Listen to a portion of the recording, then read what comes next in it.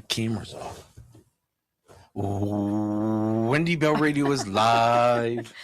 Hello. Good afternoon.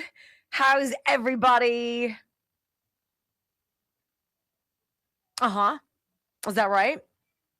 Hi, Murtek. It's great to be with you guys. You know, I love today's thumbnail. I hate the subject. Hi, Murtek. American Monster. I'm sorry that we have to talk about that.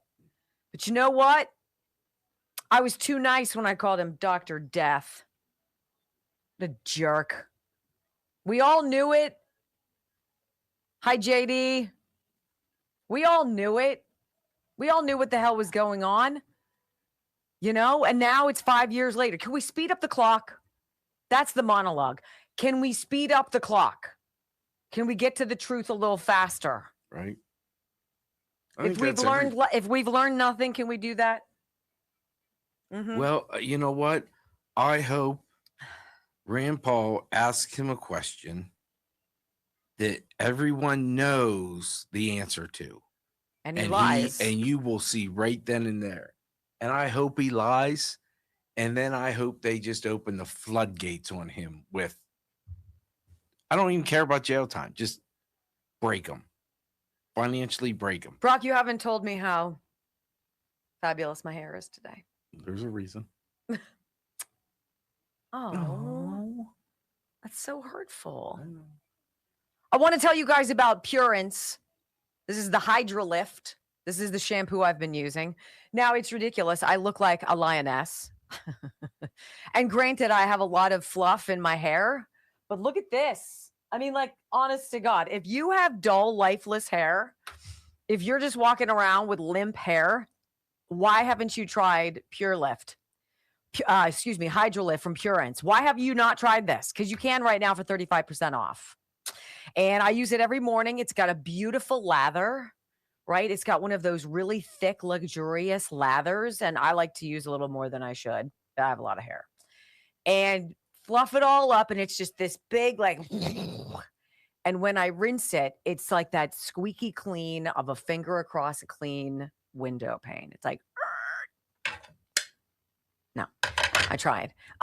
That's how it feels. It's like it takes all the jazz off of your hair, and then it gives you this protein, right? Did you know that lifeless hair, because it needs protein, that's why it's lifeless, and that is leading to thin, dry, brittle strands of hair, and that is why Hydra Lift volumizing shampoo by Purance is something you might be really interested in. It transforms thin and lifeless hair into fuller, more resilient locks because it uses this wheat protein.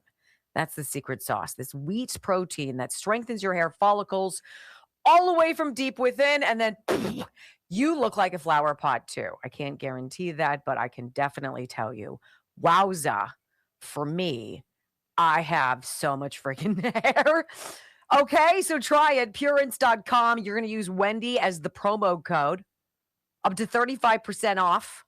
Hydra Lift. Purance. It's pure and then add A-N-C-E. Purance.com. Promo code Wendy. It is not in the thing Hydra yet. Lift. I will put it in there, guys. Yeah, we're shuffling some things around, so we'll get that in there straight away. Brock, tell me when that's in, and we'll talk about it quickly again to remind you guys. But I mean, I am like a walking freaking, like, what is that? What's that? What's that? And how long before I put it up?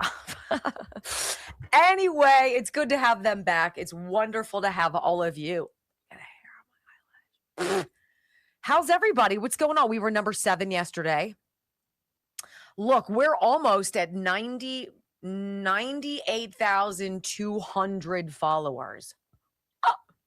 If we could keep that up, we're going to hit this before our 6th anniversary, which is on September 7th. That's the goal. You say it's code. It's Wendy, code Wendy, up to 35% off. Purance.com. Product Hydra. Hydra, Hydra Lift. I forgot to bring in my thanks. See, I don't want to have to bring it in and have to take it back and bring it in and take it back. It's such a bummer, but I'll do it. Okay. All right, it's in, you guys, right underneath the video box. Purance. I think they just got like a 12-minute commercial. Anyway, I figured my hair was so big and fluffy and fabulous that you guys were like, gosh, she is so beautiful today. And I wanted to just tell you that's why. Yeah. Maybe it's in the comments. Comment in the comments. Give me your thoughts. You guys killed it yesterday with the comments. I think we had 700. Here we go. That's crazy.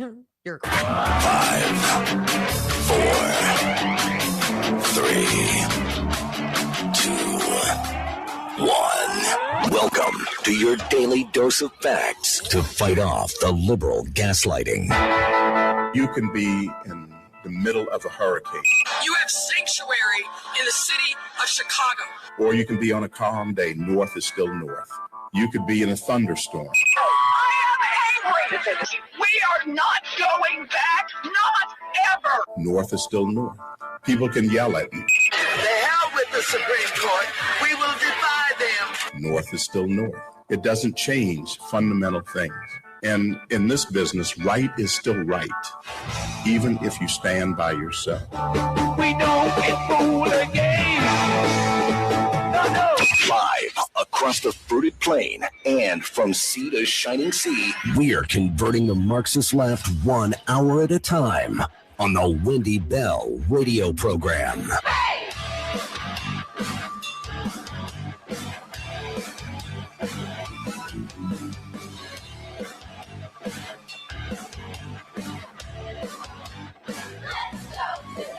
Well, hello, America. Greetings to all of you. And good afternoon across the beautiful fruited plain. It's a joy to be with you on this Tuesday. Wendy Bell Radio Network, wendybellradio.com. Super easy. You know what? We do something that I hope you guys realize that nobody else does what we do. Nobody else goes on the radio and broadcasts their radio show on the internet. And then in the commercial breaks, talks to people during the breaks on the internet. That's what we do. 3 hours. And if you want to be part of the conversation, because I so enjoy hearing what you think, hearing what you're going through, listening to your stories, and you share them. And I appreciate you. Thank you. WendyBellRadio.com. If you haven't joined our family, please consider it. It's a wonderful day to be an American. No matter what happens, don't forget that. Welcome home. I pledge allegiance to the flag of the United States of America and to the republic for which it stands, one nation, under God, indivisible, with liberty and justice for all. Amen. You know, I've told you the story about how as a little girl, I told my parents, it was probably, 10 or 11, that I was going to grow up and I was going to be a TV news reporter and anchor. And they were like, that is fabulous, Wendy. You go, girl. Good luck with that. Little did they know that I was serious. And I think that if I were to ask my dad today, he'd probably look back and be like, no, I was pretty sure you were going to get it done. I went to college, graduate school, job 1, job 2, job 3, came to Pittsburgh and had a wonderfully successful and a very meaningful television news broadcasting career. So all that changed about 10 years ago. I was one of the first victims of cancel culture, at least that we were really paying attention to in my section of the country, Pennsylvania. And I was fired because people said I was a racist for saying it's ridiculous that so many people in my community kill each other, and that black people kill black people, white people kill white people, obviously. But the real issue was about this terrible murder in our community, just about half of a mile from the TV station where I worked, and only a few miles from where Joe and I raised our 5 boys. This particular gruesome scene was too much for me. Let's just say. There's only so long you can go somewhere and spout information and not see things change and be willing to continue doing the same thing every day. My day had come and passed. Things weren't getting better in my community. No matter how many Democrat mayors, no matter if they were black or white, came in who talked about what they were going to do. We're going to give opportunity to people. We're going to clean up the streets. We're going to get rid of the gangs. We're going to cut down on the crime. It never happened. And almost always the collateral damage was my black neighbors. It pissed me off. And that day was it. As the cycle would unfold, and to my great benefit, I would be tarred and feathered. I would be excommunicated. I would be persona non grata for some people in my community. But as most stories of wrong turn to clarity and right, the real story of what was going on in this country that I was really just on the beginnings of started to unfold. And then we got COVID, and all of that stuff happened, and all of the manipulation, and all of the ways in which the media lied to us, and all of the fake news, and all of the suppressing of information that we needed. It was like there was this big blob around us that no matter what we thought or what we wanted, decided for us. And I'm sorry, but that's not American. And there comes a time in all of our lives, in our chosen fields of things that we care passionately about or thought we did, when we realize that the story has changed and that it was no longer what I cared about. I was part of a machine. Several years later, I got a call from Newsmax Television offering me a job. I was like, what? I have no intention of getting back into television. And the guy was very insistent. Look, we're going to fly you out. We want to do this. We want to do that. And it just so happened that right around the time of the Russian invasion of Ukraine, I got sent out to fill in for Grant Stinchfield, who had an evening program on the network. And I think they kind of wanted to fly me by and just see how I was, what have you. Look, this is what I do for a living. It's not complicated for me to sit in front of a live television camera. If you give me scripts, great. If you don't, we'll figure it out. It's just not that big of a deal. It's television, for God's sake. That's all that it is, right? And as I was in the green room at Newsmax, and I very much appreciated working there. There's a lot of good people there, a lot of hardworking people, but it's still part of the machine. I remember sitting in the green room, getting ready to get my fake eyelashes on, and Bob Sellers, one of the hosts of a program called American Agenda, all of the people, all of the media personality in the green room were talking about, can you believe Russia and Putin and invading those poor people of Ukraine? And everybody was really up in arms, and they were all chirping out the same story, and everybody was glomming onto each other's words. And I sat there arguably quiet. I didn't know any of them. I had nothing to offer, but I didn't share in their perspective. And apparently my reticence was so obvious that Bob Sellers reached over to me and he was like, hey, so what's your story, Wendy? What's your thought on all this? I don't really hear your thoughts. And I was like, it's been 2 weeks. It's been a week. How do we know really what's going on? I just don't usually believe the media.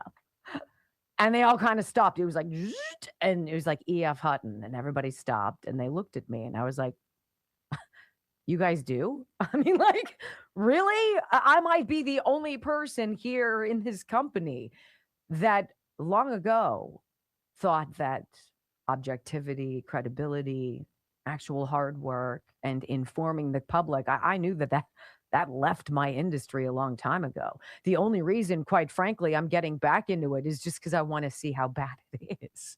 And I worked for several years for Newsmax, but I saw and was so disappointed. Here's a conservative program, and all of the reporters are glomming onto the same story. I'm like, where's your critical thought process? Where are you stepping back, hitting the brakes, and being like, whoa, we've been through this before. This is exactly on the heels of COVID. This is exactly on the heels of that election. It was right before midterms in 2022, and they all fell for it, hook, line, and sinker. And I was like, for the love of all that is holy, my industry is dead. And now I choose clips, not necessarily from TV shows that I want to elevate, but individual independent journalists who, much like my story, had a journey where they had to make a decision and they had to step away from the machine. The machine does not tell you the truth. The machine tells you what to think and how to think. It doesn't give you facts so you can decide for yourself. We are getting to that critical discovery phase of this theatrical performance called whatever the hell we're going through, with Fauci on the hot seat and these emails coming out and millions of illegal aliens and how many are on the jury pools. And oh my gosh, how long have they been voting? you're going to also, if you haven't already in your respective field, had that frying pan to the face moment where you realized everything that you thought you were in it for never really existed. And it's kind of lonely. But it's not. Tomorrow, we get to watch. And I hope he is sweating bombs. I hope whatever little nervous tick he has as he fiddles with a rubber band or some kind of a paper clip, whatever his little nervous tick is, that Tony Fauci feels the ire and the loathing, the collective disdain and pity of not just the United States of America, but the freaking world. And I hope it is crushing on him, irrespective of what he says, and completely not even thinking about any sort of punishment. He is ruined. Tony Fauci is ruined. He is now that asterisk in the World Book Encyclopedia after his name. That's all it says. And you've got to scroll down to the bottom key. What's that mean? Oh, disgraced. It's coming for all of them, ladies and gentlemen. It's coming for Obama. It's coming for Bill and Hillary. It's coming for their orbit. It's coming for the media who are bought and paid for by China. It's coming for our elections who what? Have been controlled by China. This is that moment you've been waiting for, where that really uncomfortable feeling like I had in the green room at Newsmax on the Upper East Side of Manhattan, that made me feel a little uncomfortable that I was the only one that saw. Everything they were doing was a total joke. When we come back on the Wendy Bell radio program, Harry Enton's super surprised today. He's like, so we asked a bunch of Democrats a question.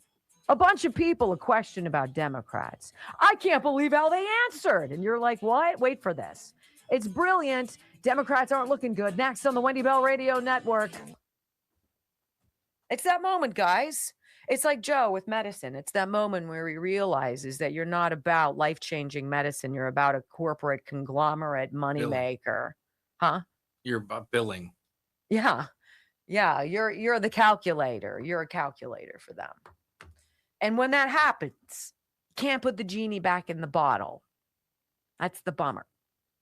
So you can either live with willful blindness your whole life and be ignorant to the facts and just walk around like a, useless idiot, or you can know exactly what's going on and look around you at all of the other useless idiots and hope to God that some of them will wake up and catch on. Deep Thoughts with Wendy at 12:18. Let me tell you guys about the Simkovich Concussion Institute. No matter where you live, no matter what you think is wrong with you, if you believe you have suffered a concussion or some kind of an injury to your brain, I want you to jot down a phone number. Heck, I would jot it down and put it somewhere. I would put it in my phone just to have. Seriously. 412-366-3700. Why? Why on earth would you come from Washington State or Louisiana or Nevada to come to Pittsburgh to have Dr. Simkovich put his hands in your mouth and start moving pieces of your soft palate around? Because he fixes people and he gets them back in the saddle. That's what he does. So if you suffer from chronic migraine headaches, debilitating headaches, if you have essential tremor and you just can't stop and no medicine is helping, we know what helps. And if you suffered a traumatic brain injury, go to the SimkovichConcussionInstitute.com. SimkovichConcussionInstitute.com, 412-366-3700. We know them. We trust them. They heal people. All right. Oh, Harry. You know what we have to start diagnosing too is when the smokescreen stories come out. There's 2 of them that came out today, almost like to see if they're going to catch on, if the kindling is going to catch on and it's going to burn into a full wildfire and distract us. One is Mitch McConnell's latest proof of life picture. And the second is new developments in the Nancy Guthrie disappearance case.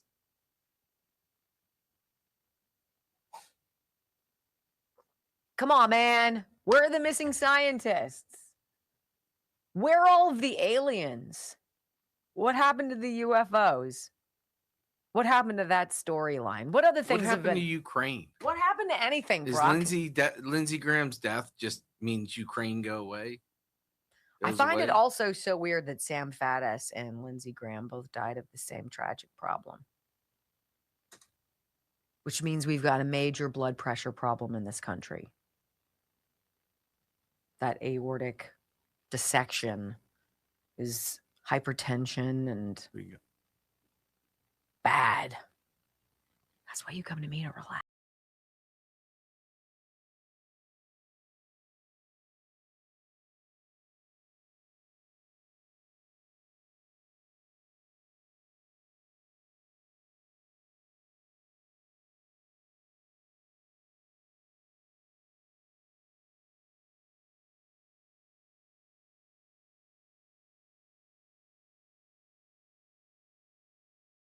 Democrats are going to take back the House. In what world? Honestly, I don't mean to sound overly confident, but like, I don't even need to shake my magic 8-ball to read this one. I mean, you have no money. You're broke. You've had to borrow against the value in your headquarters to get a loan to limp through the midterms. You've got socialists as your party, essentially, who are communists. And everything that you espouse is crazy and off the left charts of nutbag. And we're worried that in Realville, in Common Sense America, where we believe that toddlers can't choose their own gender, that we're going to be the ones on the losing side of this. I'm sorry, but America is awakening in a way that I'm not so sure the Democrats expected. Harry Enton didn't over at CNN. He's like, what? He takes a total buzzsaw to the Democrats' hopes of regaining control of the House in the midterms. And he's like, look, this is a huge shocker to me. People just don't trust Democrats regarding what they say about Iran. You mean they're lying to us about that entire military offensive, how it's going and why it's important? Shut up. So you think that Democrats, or you might think that Democrats in Congress could see some kind of boost in the polls on this subject. You might think that, but you'd be wrong. With us this morning, CNN Chief Data Analyst. Whatever, man. I'm tongue-tied because actually these numbers surprise me. I was looking at them and I am surprised that they are like this. So who do the voters say they trust on Iran? Johnny B is not the only one who's surprised. You would be looking at all the news coverage, you'd be looking at all the polling on President Trump, and you would think that Democrats would be able to take advantage and be dominating Republicans when it comes to who is trusted to handle the Iran war. That, simply put, is not the case at all. I mean, these numbers are quite surprising. Trust Dems or Republicans on Iran. According to CNBC earlier this month, you'd think, okay, that's one poll. The Republicans trusted by 2 points. But then CBS News comes out yesterday, and what do you see? You see the exact same thing. Trump and the Republicans take the cake. They are trusted by 2 points on Iran. Now, one poll is one thing, but you put the two of them together, and you can see that the American people, simply put, are not buying what Democrats are selling on Iran. They still trust Republicans more, even if you look at President Trump's approval ratings on the subject, and they're negative too, but yet Republicans and Trump still more trusted than Democrats are in Iran. I mean, does that... of course, we would be not surprised by that. I'm not surprised by that. They tried to tell us how woeful the president's approval is. Well, among those of us who voted for him, it's like 98%. So I'm not really worried about what everybody else is thinking, as long as we're in the majority, which is why they need all of these people to come in and vote to flush you out of the majority. Harry Soundbite number 2, he's like, so how has this changed over time? John Berman asks, like this whole trust thing regarding Democrats. Well, I know, code red, shocker alert. It's gotten worse for Democrats. Things have gotten better for Republicans. Go figure. This is even more surprising, right? You might think, okay, as the war has gone on and on and on, you might think, hey, the Democrats would be gaining ground in terms of trust that the American people would give them on Iran. If anything, it's the opposite. It's the opposite. Trust Democrats or Republicans more on Iran. In April, according to a Washington Post Ipsos poll, the Democrats were more trusted by 2 points. Again, close margin, no clear leader. But look where the shift has been. If anything, the shift has been in the Republican direction. Now the Republicans and Donald Trump are trusted more by 2 points on Iran. So, again, over the course of the war, if anything, the Republicans have been the ones that have been gaining ground, which I think just goes so opposed to all of the news coverage that we have seen so far and all of, the media. You would think, hey, but no, The American people are actually trusting the Republicans and Trump, if anything, more now than they were, so let's say, halfway through the war. That is more, I believe, damning for the media than it is for the Democrats. I mean, think about the constant flow of bad information about anything this president does. They can't even come out and give him a solid on the Trump accounts, which undoubtedly will be a complete game changer for America's babies in the next 18 years. Can't even say, wow, this is a huge outside the box idea. This is very interesting. They can never give him even the slightest and most, even smallest deserving victory. No wonder people are fed up. And finally, the anchor guy, John Berman, asks Harry Enton the best question of the day. Ouch. Possible is it that part of this is just that Americans don't like Democrats in Congress much at all? Yeah, I think this is a big part of it. The Democratic Party in the minds of the American public are weak, to quote the great Tony Blair. I mean, just look at this. Just look at these net approval ratings of Democrats in Congress. In late February, at the beginning of the war, it was minus 41 points, minus 39, minus 39. And so you're just looking at these numbers right here, and you go to yourself, no wonder what's going on at this point, that Democrats simply put cannot take the ball and run with it and actually in the polls be trusted more than run, because the Democrats in Congress simply put are not well liked. In fact, these are the three lowest on record in terms of percentage points for the approval for Democrats in Congress. So it all puts together a picture. Donald Trump and Republicans may not be liked, but Democrats in Congress are really hated. A lot of this is D crime. I mean, there are Democrats who are unhappy with their own party, who Democrats hope might vote for them anyway in November. You know, it'd be much easier if they were, actually liked. Actually liked. You know what helps? If you show up to a Senate hearing about fraud and abuse, to which no Senate Democrats did. You know what helps is that when you do show up to hearings, you're not obstreperous, rude, reclaiming my time, or with stupid Mazie Hirono questions. Has anybody ever accused you of sexual assault? I'm sorry, I thought we were talking about the coronavirus.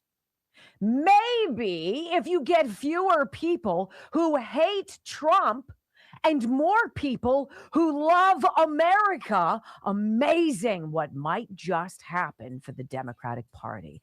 But don't worry, Republicans, that won't ever happen, because resist is all these people know how to do. So is it willful blindness, or is it silence of co-conspirators? Why did none of the legacy media report on Tony Fauci's diary? Next on the Wendy Bell Radio Network.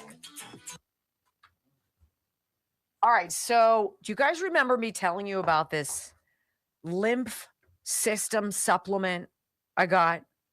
And I was like, lymph, it's one thing to be able to talk about hair, like you can see hair, or to be like, I've got an acne cream, and if you've got acne, it's going to make you look fabulous. But like lymph, you're like, I don't even know how to spell that. Well, if I tell you this is going to matter to you if you've ever taken off your socks and the elastic of the band has squeezed your skin and it looks like a rising loaf of bread coming out of it. You know that feeling. And it's tender. It's tender. That could be a giant sign that you need a little help in the lymph system category. All right. That's why I want to tell you about lymph system support by Pure Health. And this is what it does. This is a very interesting thing. If your legs ever feel heavy, if they feel tight, if they feel swollen by the end of the day, most people think, well, I'm just getting older. I was on my feet a little too much. I'm just going to keep my feet raised for an hour. It'll get better. No, what it could be is your lymphatic system. Your lymph system is kind of like your body's internal drainage network, which we kind of need to work really well, right? It helps move excess fluid and fats and waste out of your tissues. So we need it to be buzzing. But when it slows down, fluid can build up, especially in your legs and your ankles and your feet. So that's why I said, if you've ever felt that way, you've had that swelling when you take off your socks, this could be for you. This is where lymph system support from Pure Health Research comes in. What is in it? It is 8 science-backed ingredients, including bromelain from pineapple, dandelion extract, burdock root, and rutin. These are all natural things. These are all herbs and things out there in nature, designed to support healthy lymphatic flow and help reduce uncomfortable fluid retention. And after you take it, most people feel their legs are lighter, that they are less swollen, and sometimes they even look more toned and slender. That's this lymph system support. Go to purehealthresearch.com, purehealthresearch.com. 35% off with my name, Wendy. Support your body's natural drainage system and feel lighter and more comfortable all year long. I know there are some of you who this absolutely connects with. None of these things is an expensive product. And I love about our supplement makers is that they use natural products. Like they listen to us and our trepidation of these injections and other pharmaceutical products. And so they're like, we can work around that. We can work around that. So I looked at Joe's legs and I was like, ooh, I'm not so sure. I wonder if you would feel better. I'm going to take it home to him and see what he thinks. purehealthresearch.com. Promo code Wendy, 35% off. That would feel terrible to walk around and drag heavy legs, right? I have to drag a heavy ass already. I don't think I'm going to drag heavy legs too. Anyway, how's everybody doing?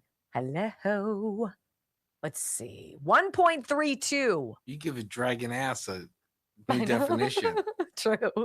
1.32. That is fantastic. 81 comments.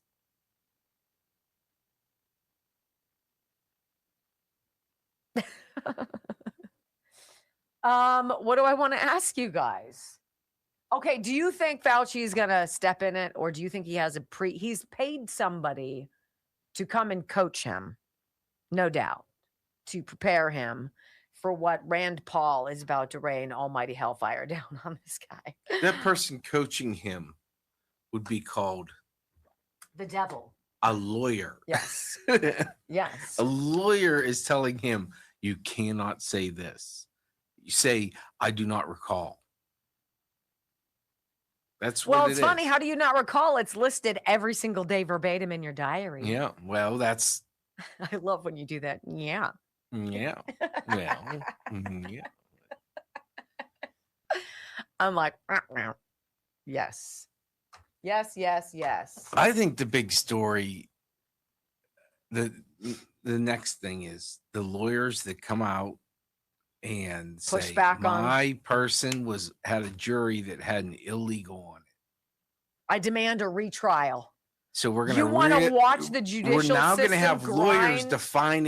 lawyers defining what legal and illegal is. It ain't just Chester County, Pennsylvania, sweet lumps. It's here. It's everywhere.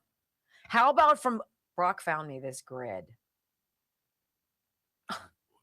I got from the motor voter bullshit. Excuse me, Harley. It's the number of people registered to vote through the motor voter BS. And it's in 2 years. It's 2020 to 2022. And I'm going to drop that number on you. Chew about it. In fact, you know what? Give me an idea. In which state? Well, I'm just going to say in all. Okay. In all, right? And if you're part of the locals community and you have the rundown, I don't know, is it in the rundown? Yes. Don't ruin it for everybody else. Don't be a ruiner. Now, find out. We're going to tell you how many people have been registered vote through the motor voter bull crap at the DMV. So in 2 years, I'll tell you, blood is going to boil. Tell me how many you think. It is.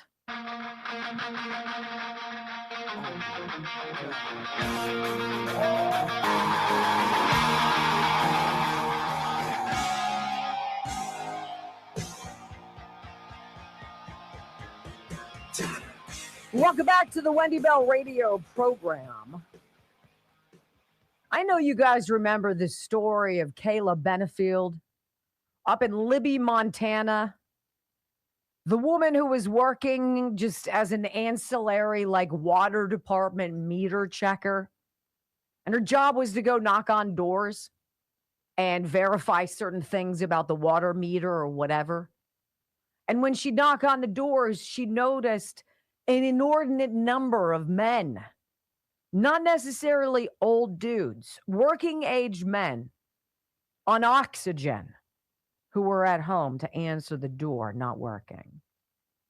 And as her story unfolded, she was able to uncover that the mine the guys in town were working in was mining asbestos, vermiculite. And everybody in Libby, Montana was basically getting sick with cancer and dying, including her own parents. And she took it to the community and they shut her down. They were all sick, but they shut her down. No, that's not what's going on.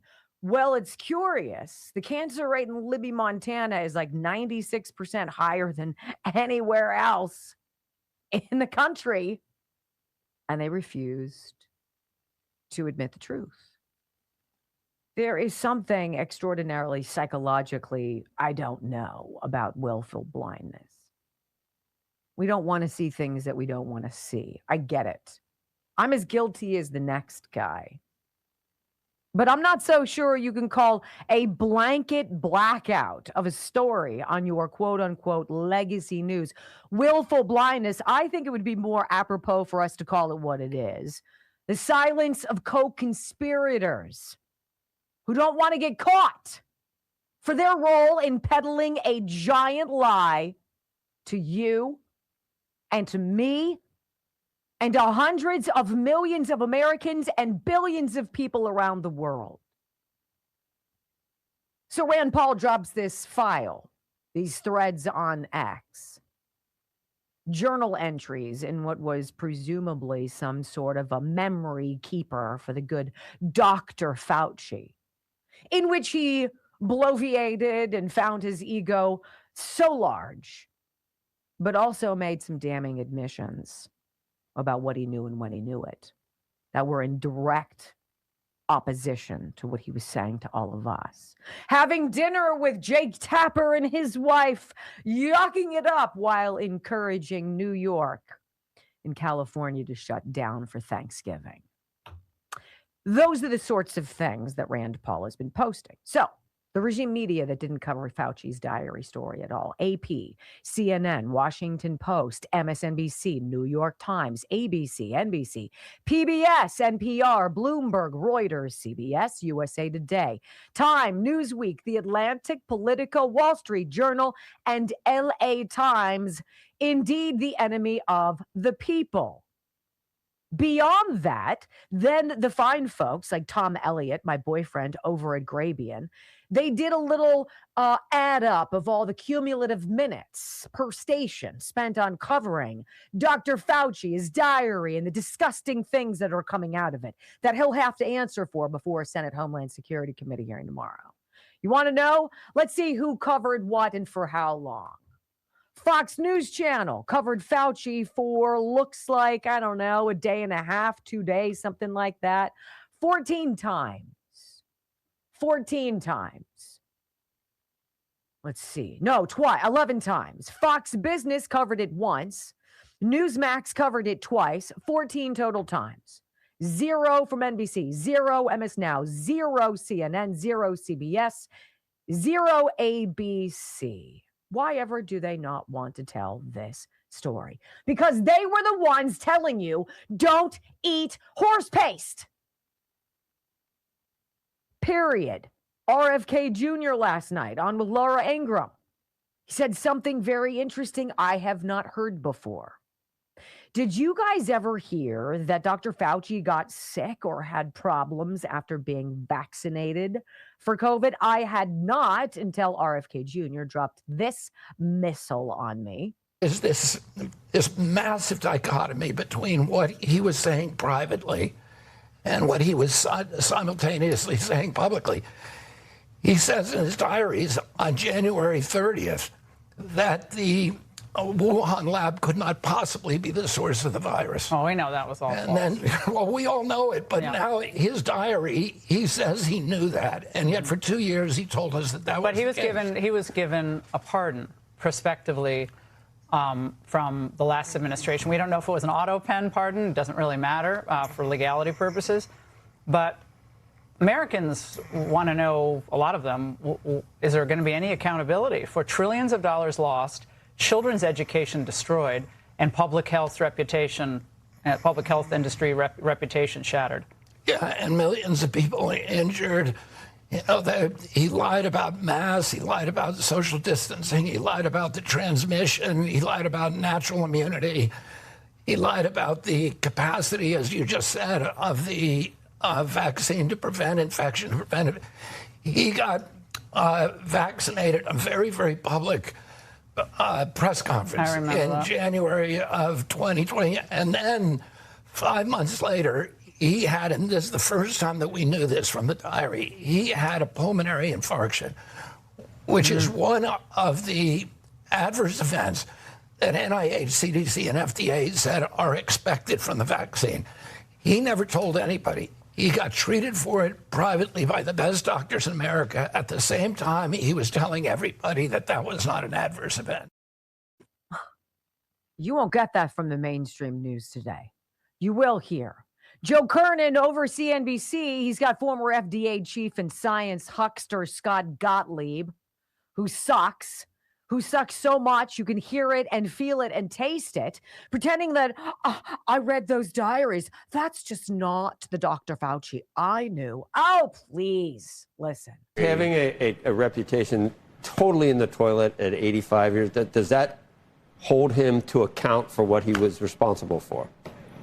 The Tony Fauci I saw in those emails is not the Tony Fauci I knew over the years. I mean, he was a guy who was sober, who was careful about his public appearances and his statements, was always very thoughtful. Did you figure out the obsession with mainstream media in defending him, and Jake Tapper having multiple dinners and best friends, and what did that come from? And I know people around here that would call Tony Fauci a hero. Yeah, I can't dissect. You don't know why. How people perceive. I think different people had different emotions around mask, shut down, the whole. Look, it was a difficult time, Joe, as you know very well, and I think people were looking for a voice that they can cling to. Maybe they. I am science. That's why people don't like me. I mean, you're very guarded and nice.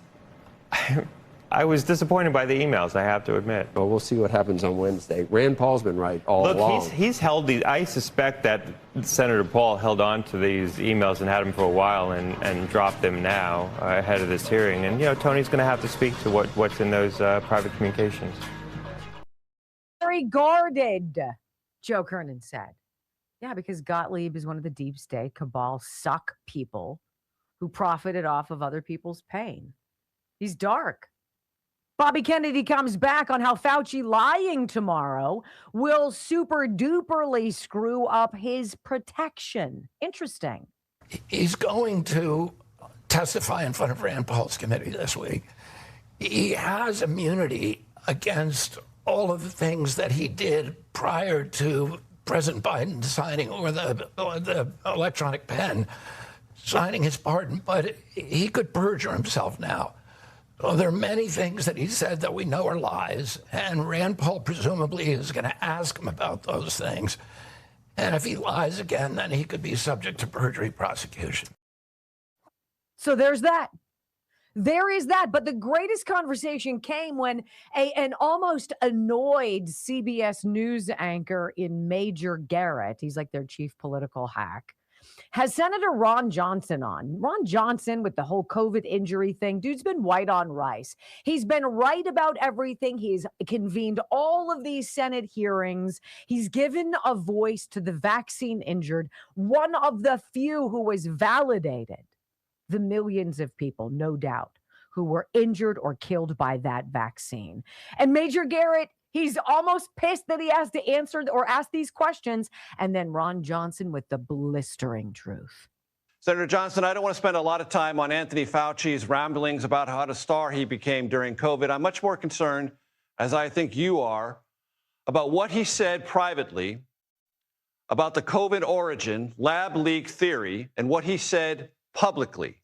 Do you believe there is a fundamental disconnect there? And in that disconnect, the American people were deceived? Yes or no? Well, absolutely, the American people were deceived by Anthony Fauci. This has been obvious for quite some time. As soon as we got access to those email exchanges of the phone calls that were occurring, the end of January, early February of 2020, when a lot of these individuals that Anthony Fauci had been funding the research for years and then funded their research after they changed their tune from saying that this is looking man-made. You got that fear and cleavage site. So all of a sudden, Anthony Fauci arranges these phone calls with 8 or 9 individuals. And all these people who are looking at this thing, as I looked at, is this is man-made. Okay, you just don't have a fear and cleavage site here. A lot of other computational biologists make the same conclusion. All of a sudden, within a couple of days, oh, that's a conspiracy theory. This had to spring from nature, although they've never, ever been able to track that down. By the way, he also lied then to Congress, and he said, I wasn't involved in the intelligence community's assessment at all. Those very same individuals that he corralled in those January, February phone calls that changed their opinion from man-made to springing from nature, those are the exact same people he salted the intelligence community with to come up with their assessment as well. So no, he's dirty in this thing. He's been lying to the American public. He directed a miserably failed response to COVID. I don't know what else I can say. He's a very bad guy. He is a very bad guy. He is an American monster. Look, Major Garrett at CBS is shocked to hear this. This is like the first time he's come out of the closet and he's like, wait, what? What? That's everything was a lie? Come on, man. America deserves better. That's why the Democrats' ratings are in the toilet. That's why the American media, their ratings are in the toilet. All we want is the truth. Should not be complicated. Look, Victor Davis Hanson, political strategist, he's like this great historical mind. He doesn't normally do just random, oh my gosh, stream of consciousness. And he did yesterday about Tony Fauci. And it is important to hear it. And you shall next on the Wendy Bell Radio Network. What? He knew? I hope Harry does a poll on after the Fauci. Yes. On trusted media. I should text him and say, hey, dude, you should do that one again, but just do it next week. Wait, you should what? He's my BFF. Oh. I've got him on text. Do you? No. That's fake news. I'd be like a weird, creepy cougar. Harry block you. PFA. Why? He would not. I'm so not creepy. I don't think. Wow. That was quick. We went from I'm not to I don't think. All right. So I'm going to tell you what I've been taking. And I will say it's been several days. And I will say that I'm not snacking as much as I have been at night. Though last night I did. I had 2 little Hershey bar, like little ones that you would put on some more. So like the tiny, I felt the need for that. But I didn't have any dots or anything like that, which was good. It's called GLP-1 Gold. Look, this does not have any of the drugs that the weight loss shots have. This is a natural alternative from our friends at Juvenon. My friends, I like Juvenon. I like their products. I use their products. And they give everything to you for 30% off. It's the dumbest thing ever because they work and they're affordable. And that's not usually how it works in the whole supplement arena. This is what it says. GLP-1 support for healthy weight management naturally boost GLP-1 and GLP-2 levels, combat cravings, and reduce body fat. So I thought, why not? I have problems at night.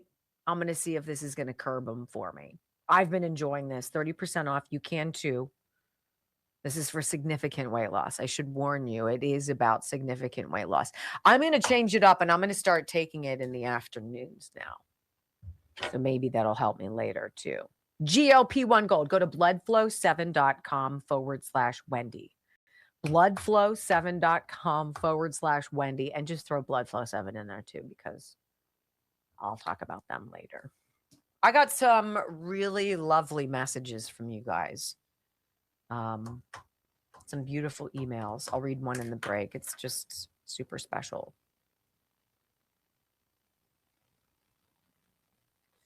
Victor Davis Hanson, this is not his standard. He doesn't normally do stream of consciousness, and you can tell he was like, arr, arr, and it's scathing. I think Major Garrett was literally stunned. What? They've been lying to us? Ass. I don't want to talk about his diary. Neither does your station, because you put zero time into it. And why don't you want to talk about the diary? It completely refutes everything you're asking. He said he lied. He lied. He has proof. We now have proof that he lied. It's because they can't come out and say, we got screwed or we believed it. We didn't think. Fauci is completely taken out the media. So did Biden with the brain stuff and Jake Tapper and his fake book. Mm-hmm. Now Fauci. Why would anybody go talk to freaking Now the voter rolls?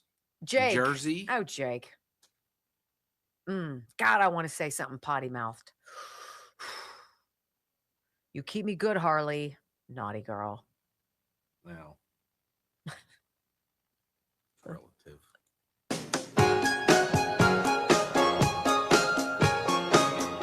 You know, Tony Fauci has done something amazing. He has almost single-handedly destroyed any shred of credibility that the mainstream media ever had. These were not the people thinking critically about ventilating people. These weren't the people asking questions about remdesivir. These were not the people who were asking questions about the sudden disappearance of the seasonal flu.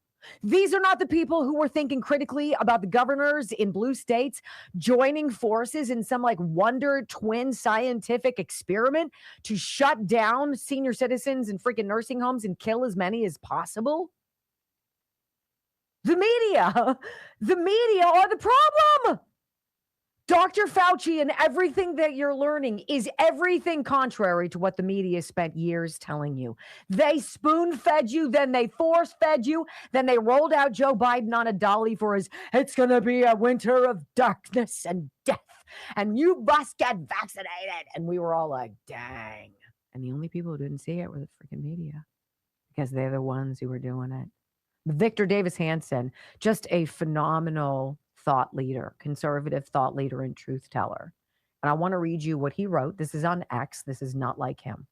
Dr. Fauci and Mr. Science. The Fauci files reveal not just a sociopathic narcissist, but also a pathological schizophrenic. For years, Fauci was assuring the public of COVID narratives that he either knew were untrue or knew little about.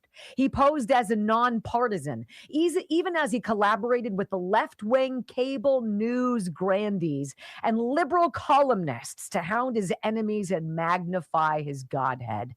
From the virus's origins and the effects of lockdowns, to the efficacy of the mRNA vaccinations, to the always changing 1-2 masks, whatever it was, all of the protocol. Fauci used his massive government agency and sycophantic media to promote his always fluid narratives by punishing enemies and rewarding friends on the basis of their loyalty to Dr.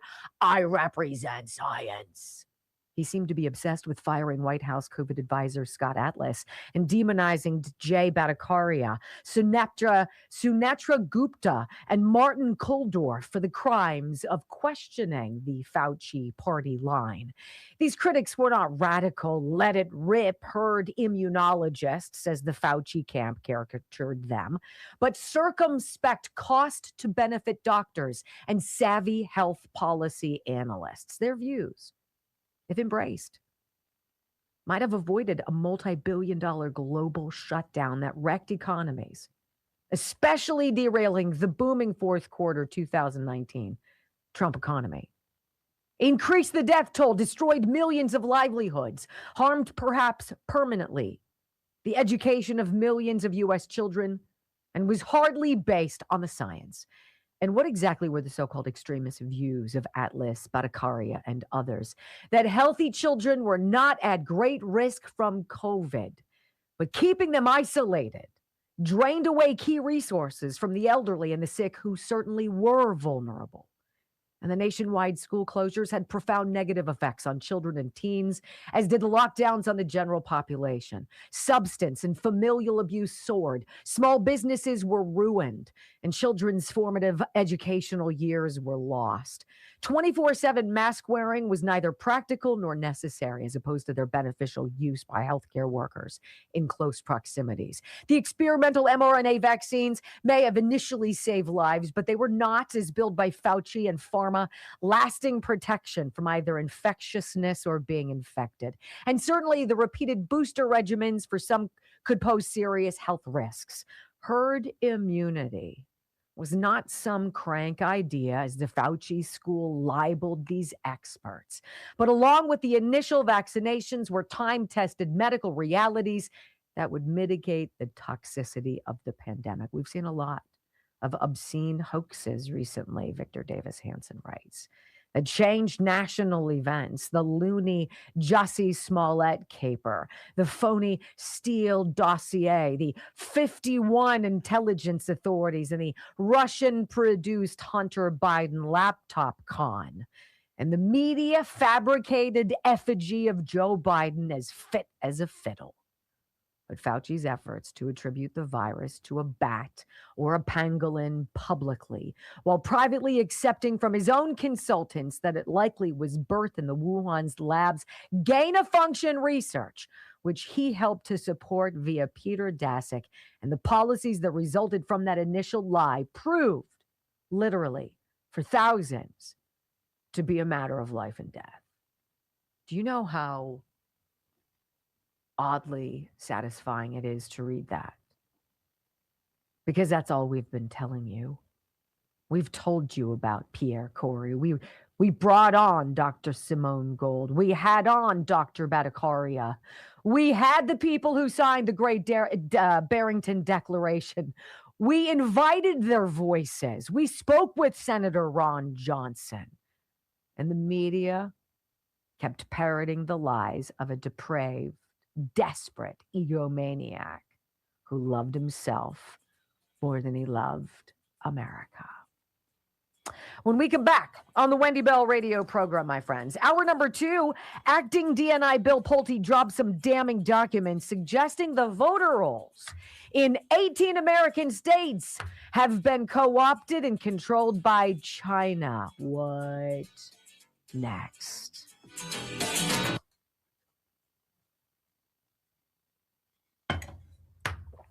That is as scathing, as venomous as you'll ever hear Victor Davis Hanson. I've never heard him talk like that before.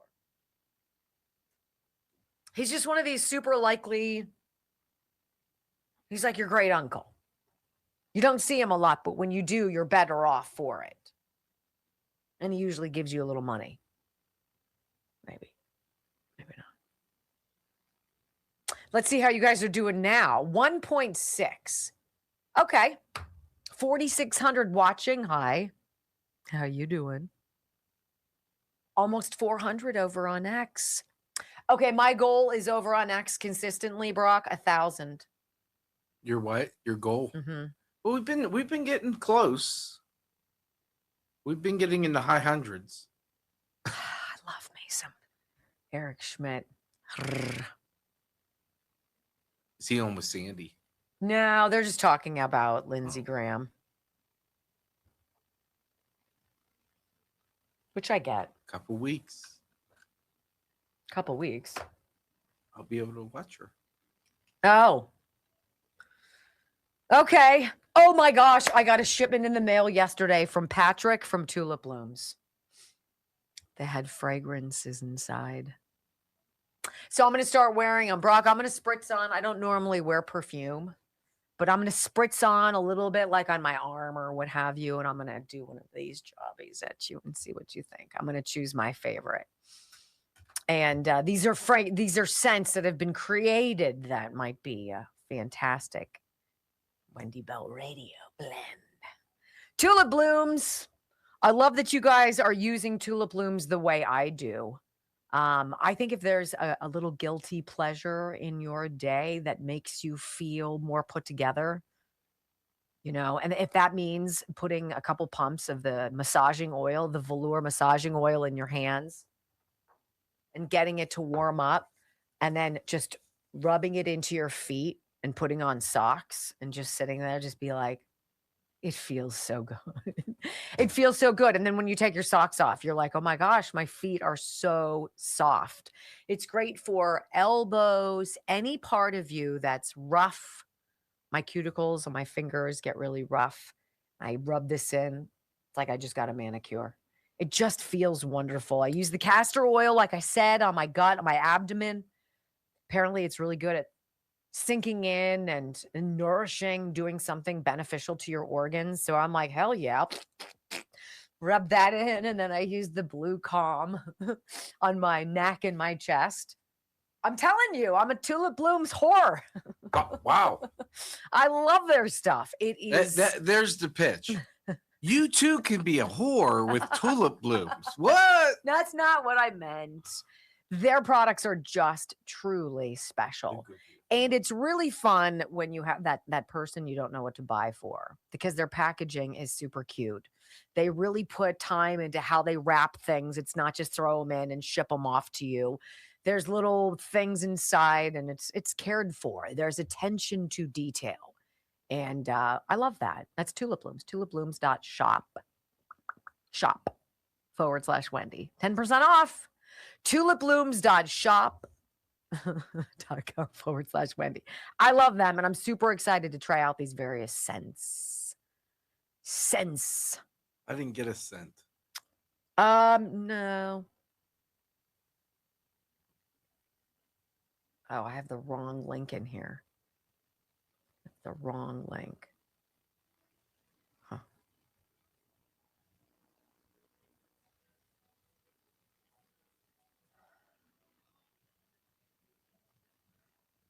Gosh, this is just one of those things.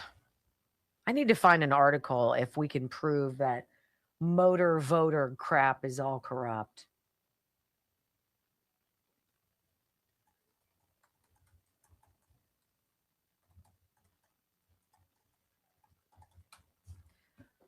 I'm starting to realize Fox doesn't really cover that much.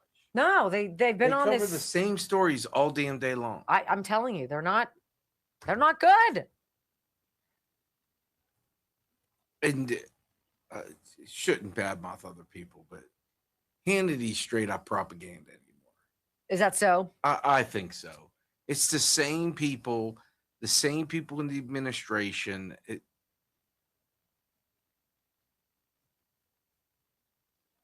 How has no one asked John Fetterman? You said this earlier to me. It's coming up this morning. What are you going to vote on for the SAVE? Why aren't you voting for the SAVE Act? No one asked him that. That's all I would ask him. I don't care if you want to become a Republican. Yeah. I don't care if your party hates you. What do you think about our Israel? I don't care. No I one know how cares you anymore. feel. I know how you feel. Yeah. I respect how you feel. Why aren't you voting for the Save America Act? What is it? Defend it. Defend your no vote. Why? What did Maybe you you see? have a good point. You're going to change my mind. Who got in your head? What is it? What's your caucus bullet point? Explain that to me. Because I don't know if you can. Well, it makes it harder for women to go because they've got to go get. No, they don't. No, it doesn't. Stop. All they know how to do is lie to you.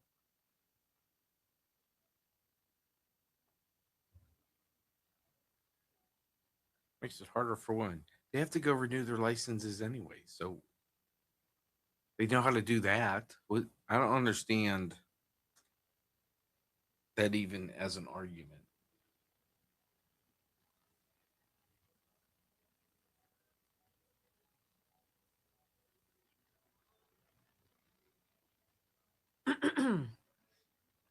I also don't understand the argument with socialism, and these people want socialism.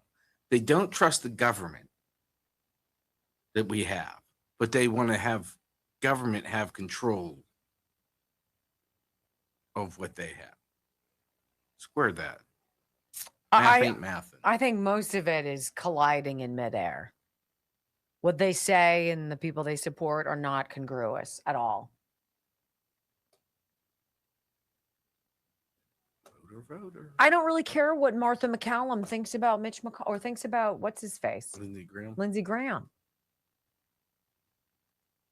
5, 4, 3, 2, 1. Wendy Bell, America's anchor mom, fighting for America 1 hour at a time. Welcome to the family.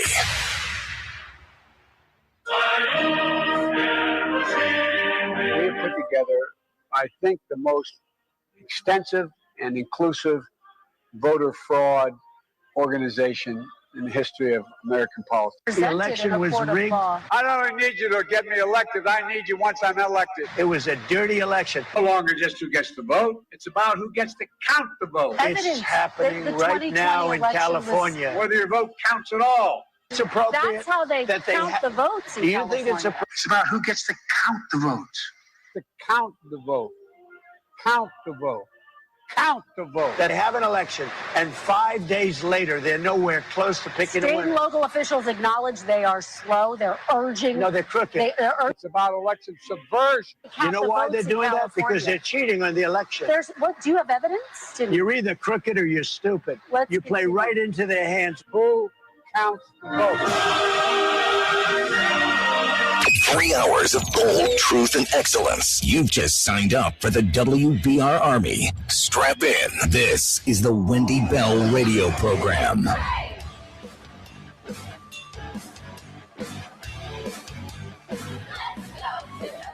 Welcome back. Hour number 2 of the Wendy Bell radio program is live. WendyBellRadio.com. I hope you get the app and join along the live video stream. You know, one of the hard parts about having common sense and speaking about so many of these things, whether it be COVID and Fauci and how the media covered and all the rules and the ridiculous moving of the goalposts and all of this stuff that you and I walked through for so many years. The problem is when you see it clearly and you talk about it commonly, you feel like everybody is on the same page with you. And they're not. They're not. There's still a huge chunk of society that has no idea that Fauci is a dirty scumbag. There is still a huge chunk of society that believes absolutely. I mean, it seems odd. You didn't have it on your bingo card, but I guess Joe Biden won. I mean, he wasn't a great president, but I mean, whatever. I guess it was fine.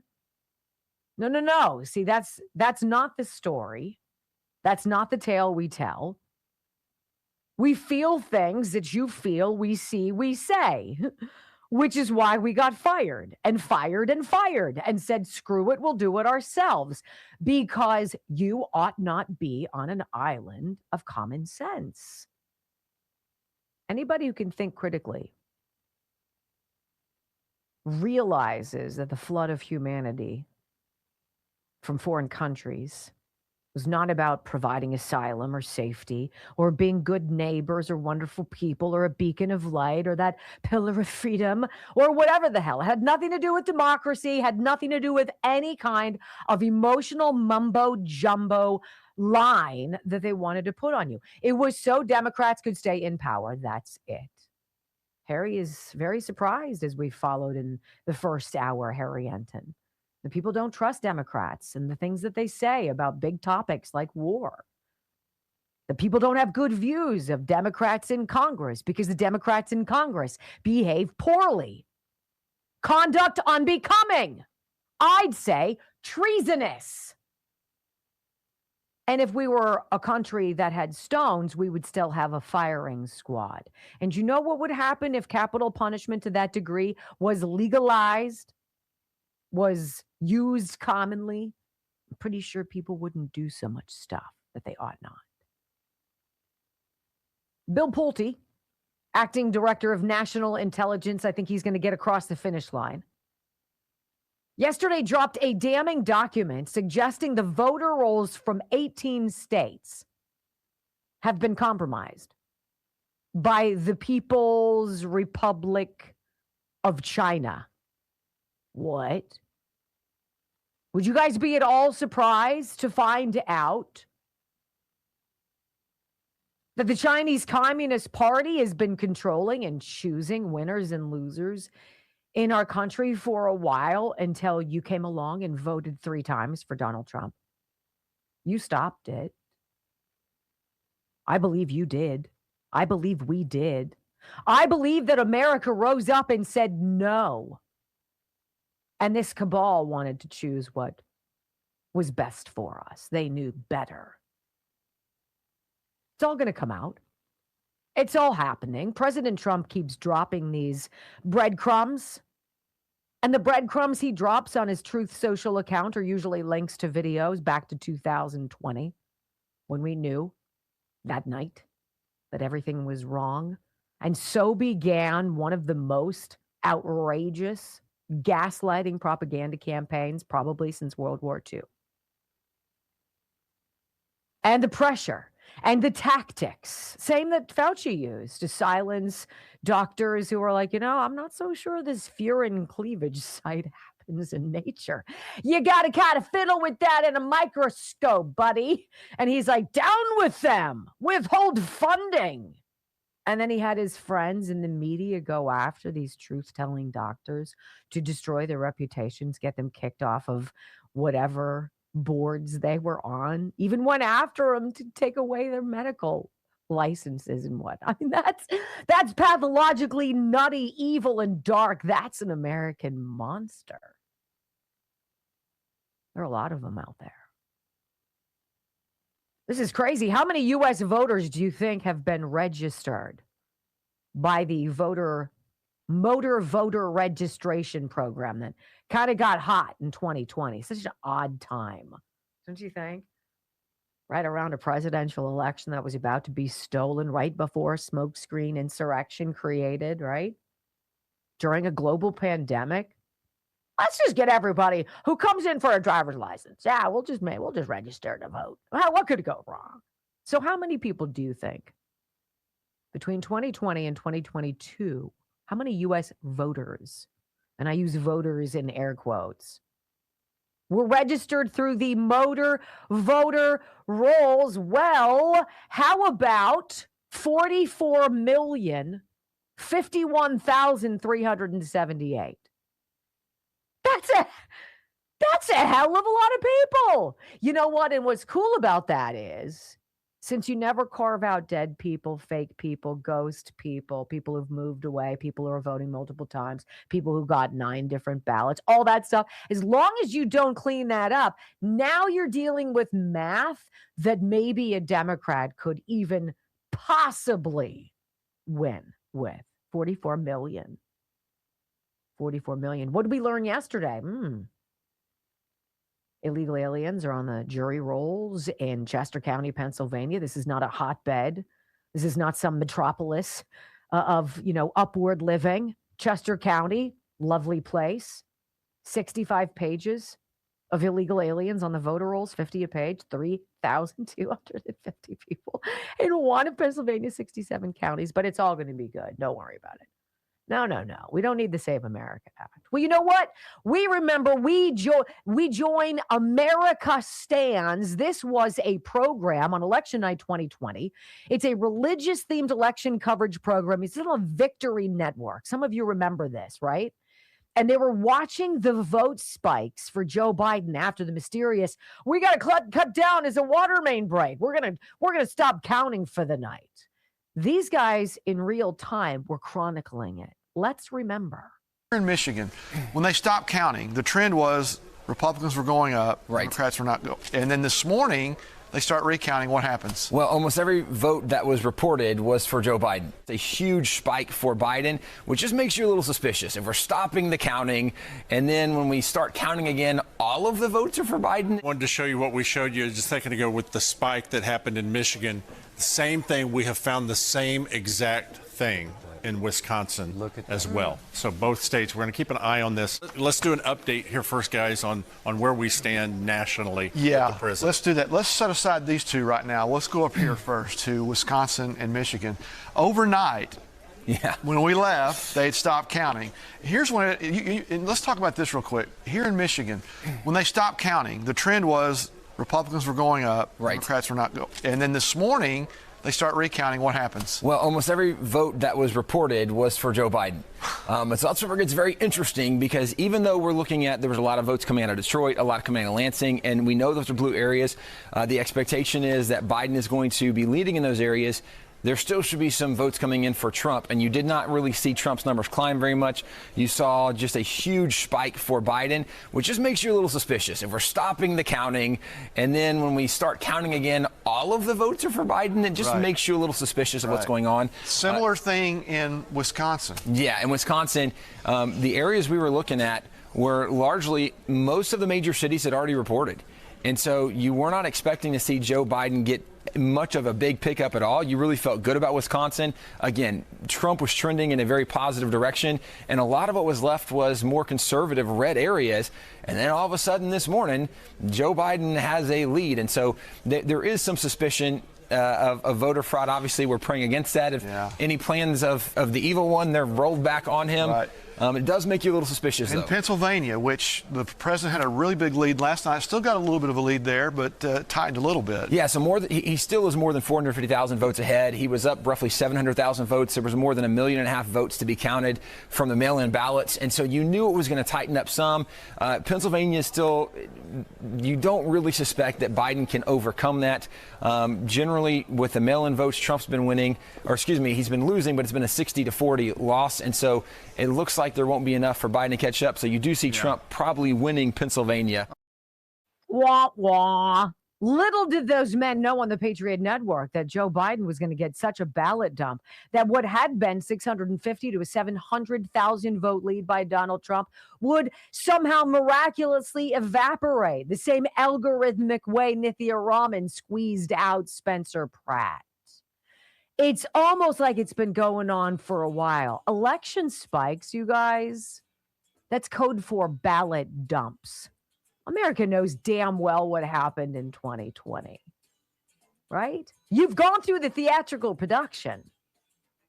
You have. When we come back on the eve of Dr. Fauci's testimony before Senate Homeland Security, independent investigator Catherine Herridge interviews a former senior CIA operations officer turned whistleblower.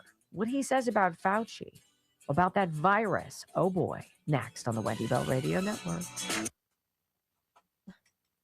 Like that was... Well, I just don't see how 450,000 is just not. It's not going to happen. I said, Joe Biden isn't going to take over Donald Trump. Come on. You got hit in the face with it. You got Acme frying pan. You still have the imprint on your cheek. They think you forget. Oh, it's past. People don't remember what they had for breakfast on Tuesday. I'll never forget what they did to us. I will never forget. Healthy Cell. You know, I will tell you, it is an extraordinarily comfortable feeling to take Healthy Cell's Calm Mood. This is what it looks like. If you feel ever that you're going to have a colliding of stresses and you're like, I know I'm going to get super edgy. You take out one of these, peel it, squeeze it, swallow it, and wait. Calm Mood and all of the products at Healthy Cell, these are natural supplements that they put together in these microgels, which are demonstrably, significantly better absorbed by your body. So the actual supplement gets down into your blood, into your cells the way it's supposed to. Healthy Cells. right? healthycell.com/Wendy. This is a far better mechanism by which we can get our supplementation. The products themselves, the various formulas are phenomenal. I'm going to read you about this rather than taking a Xanax or something. I'm just going to freak out. No, try a Calm Mood and see how much better it is to take something that's not pharmaceutical. Here's what it has. Start your journey towards calm with our berry lemon flavored microgel made with a balanced blend of adaptogenic herbs for a tranquil mind. Find peace amidst the stressors of everyday life.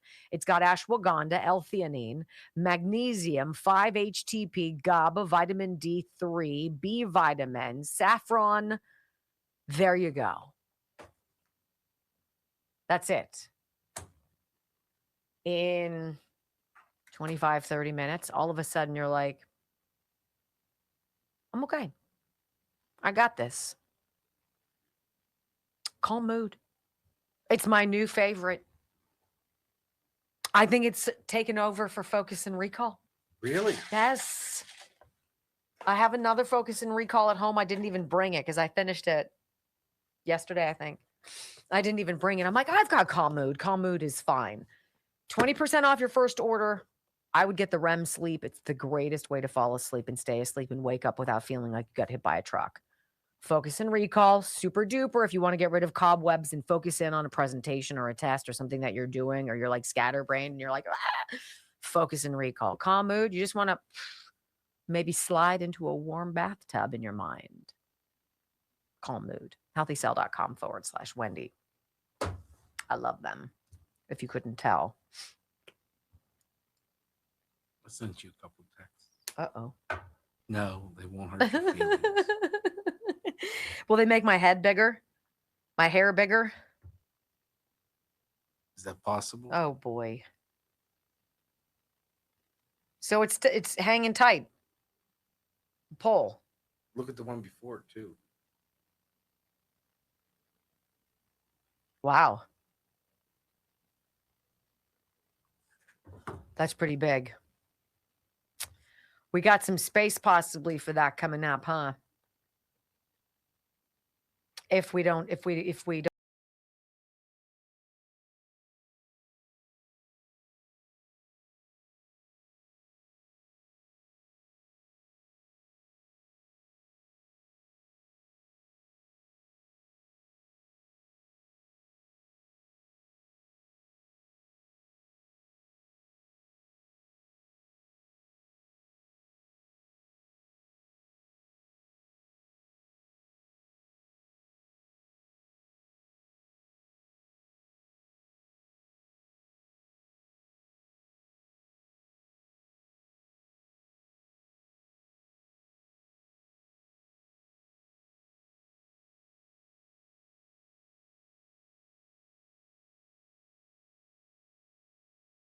Or having your life sometimes in an abrupt and hurtful way detour you and put you on a different path.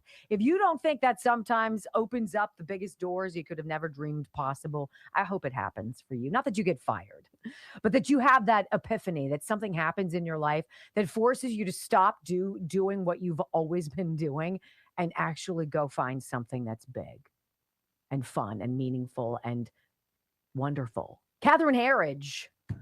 She is perhaps my favorite journalist of all time. Left Fox, fired by CBS. All of her documents, as she was poring over Hunter Biden's laptop, were confiscated by the company. Very sus, right? So what does she do? She regroups, probably snags her favorite videographer, graphics guy, and goes out and kicks ass the way she always does. And she sat down with a former CIA senior official. This guy is a pretty big guy. And his name is James Erdman. And he's now a whistleblower. He blows the whistle on this shadow government that's being run by deep stater globalists who've infiltrated the intelligence community, CIA, FBI. And he urges senators to focus on Fauci and the money trail because all of this is connected. So we're going to give you the start. Catherine dropped a 44-odd minute video, all of which is meaningful and should be watched. We're going to cherry pick just the Fauci stuff and over the next break and play it for you in the next segment. This is the beginning of the segment. It kind of is a movie trailer to this report you're about to hear about this former CIA operations guy. Is there evidence?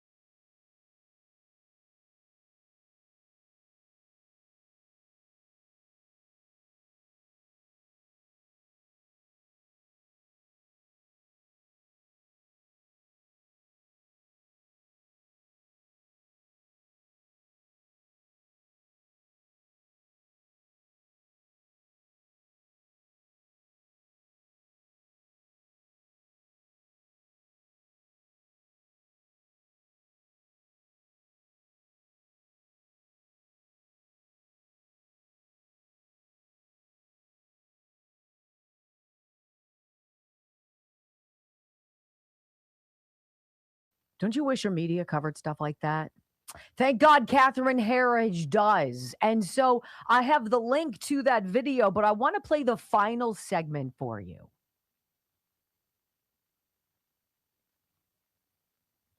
You've served this country through the military, through the State Department, and through the CIA. Then you became a whistleblower. Was it worth it? Yes. You're going to be destroyed. Don't do it unless you're serious about it. But my advice, seek out somebody who's done it before. They'll help you do it to help you. Feds for Freedom has a bunch of folks that are whistleblowers. All the FBI whistleblowers you've seen on TV, they were part of Feds for Freedom from the very beginning. We'll help protect you, so come to us. The other advice I'll give is don't complain about getting punched if you're going to get in the arena, okay?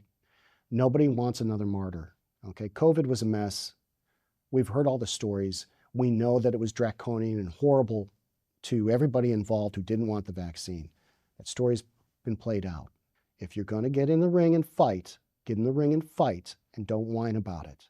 Nobody's going to join if you get in the ring and fight and then decide, well, I'm out. So if you're going to do it, you better be committed. Do not go anywhere. Wait until you hear what the senior CIA official turned whistleblower has to say about Dr. Fauci. Next on the Wendy Bell Radio Network.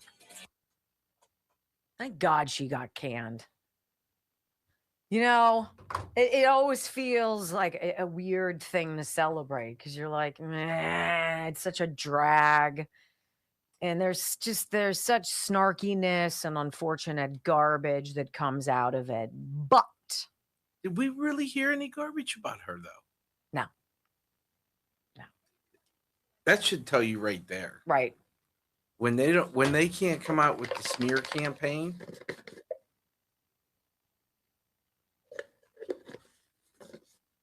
That's on you. I asked for it.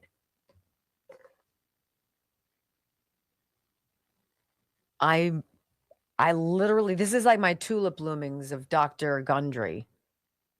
Like they sent me tulip blooms and I was like, yay, thanks. And then I used it and then I used all of it. And then I was like, wait a minute, I want more.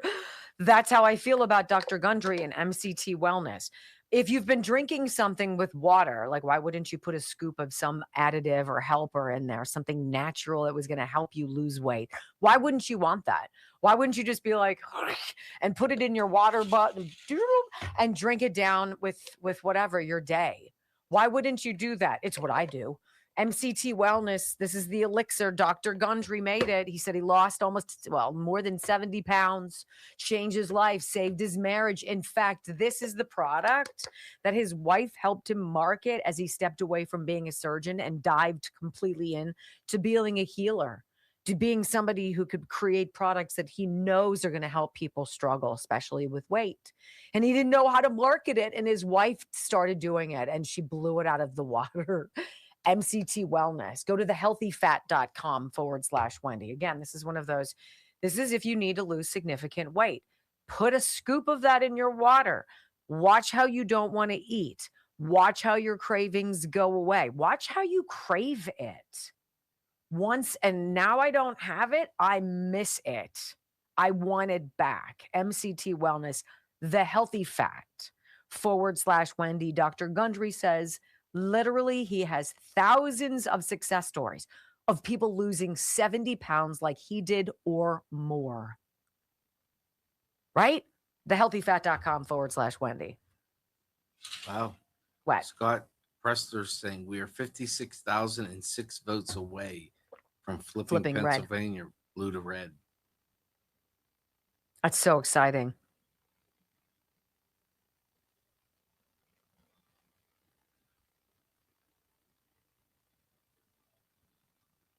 Brock has sent me a bevy of stories here.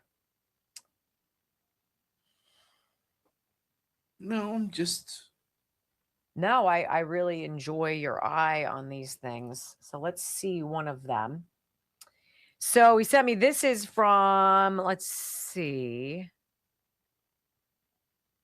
Panic is growing in the Democrat Party after a left-wing Reuters Ipsos poll just found Republicans lead by 4 points on the economy, 17 points on crime, 7 points on immigration, and are only down by 2 in the 2026 congressional ballot, 40-38, which I don't know. The House has become a total toss-up, and Hakeem Jeffries wanted a blue tsunami, right? You can't have that when you're running lunatics. People don't. How about the this? Democrats said themselves, people don't want crazy. They called Donald Trump crazy. We don't want crazy, but we'll have these a-holes. Majority of voters, this is a new Harry. Majority of voters don't think Democrats can lower the cost of living. No shit. They raise your taxes. Impact of Dem policies on cost of living. 41% said it would help. And 59% said it would hurt or no change. You know what's the most maddening and saddening of America right now? We're finding out how many stupid people live in this country. Just purely stupid people. I don't disagree. That's disheartening. Well, how many people aren't paying attention? How many people are like, what? Asleep at the wheel. 1.89. Hey, we come back in a minute and a half. Can we get 1.89 up to 2? If you haven't yet hit that Rumble button, it looks like this. It's right underneath my face. And right next to it is a cute little button that says follow. I know. Yeah, we're getting there. And you're going to look at it and you're going to be like, I have to. I have to do Here's it. the thing. You don't want to clutter. So just hit that follow button and it goes away. That's true. So you don't declutter your life and hit the follow button. Island Contracting, 1-800-NEW-ROOF. Talk about decluttering your house, if you will. How about getting some new roofing on? How about some new shingles? How about something new up there? How about putting in a skylight? How about looking at the house and seeing how many new windows you could get? How about whole house new windows? Vinyl, double hung, casement, wood, aluminum, whatever the hell. You get what you want. How about new siding? Something to zhuzh up the brick on the front of your house. Let's put something on it. Let's see what it looks like. Fabulous. How about some electrical work? No worry. Their son Dan can do it, Gary and Diane's. All this stuff, soffit, fascia gutters, downspouts, siding, roofing, all of it. 1-800-NEW-ROOF, IrelandContracting.com. These are the people I trust here in Southwestern land before time. Shoot, I could have bought Gary at this point a freaking G-Wagon for how much I've spent on needing his help.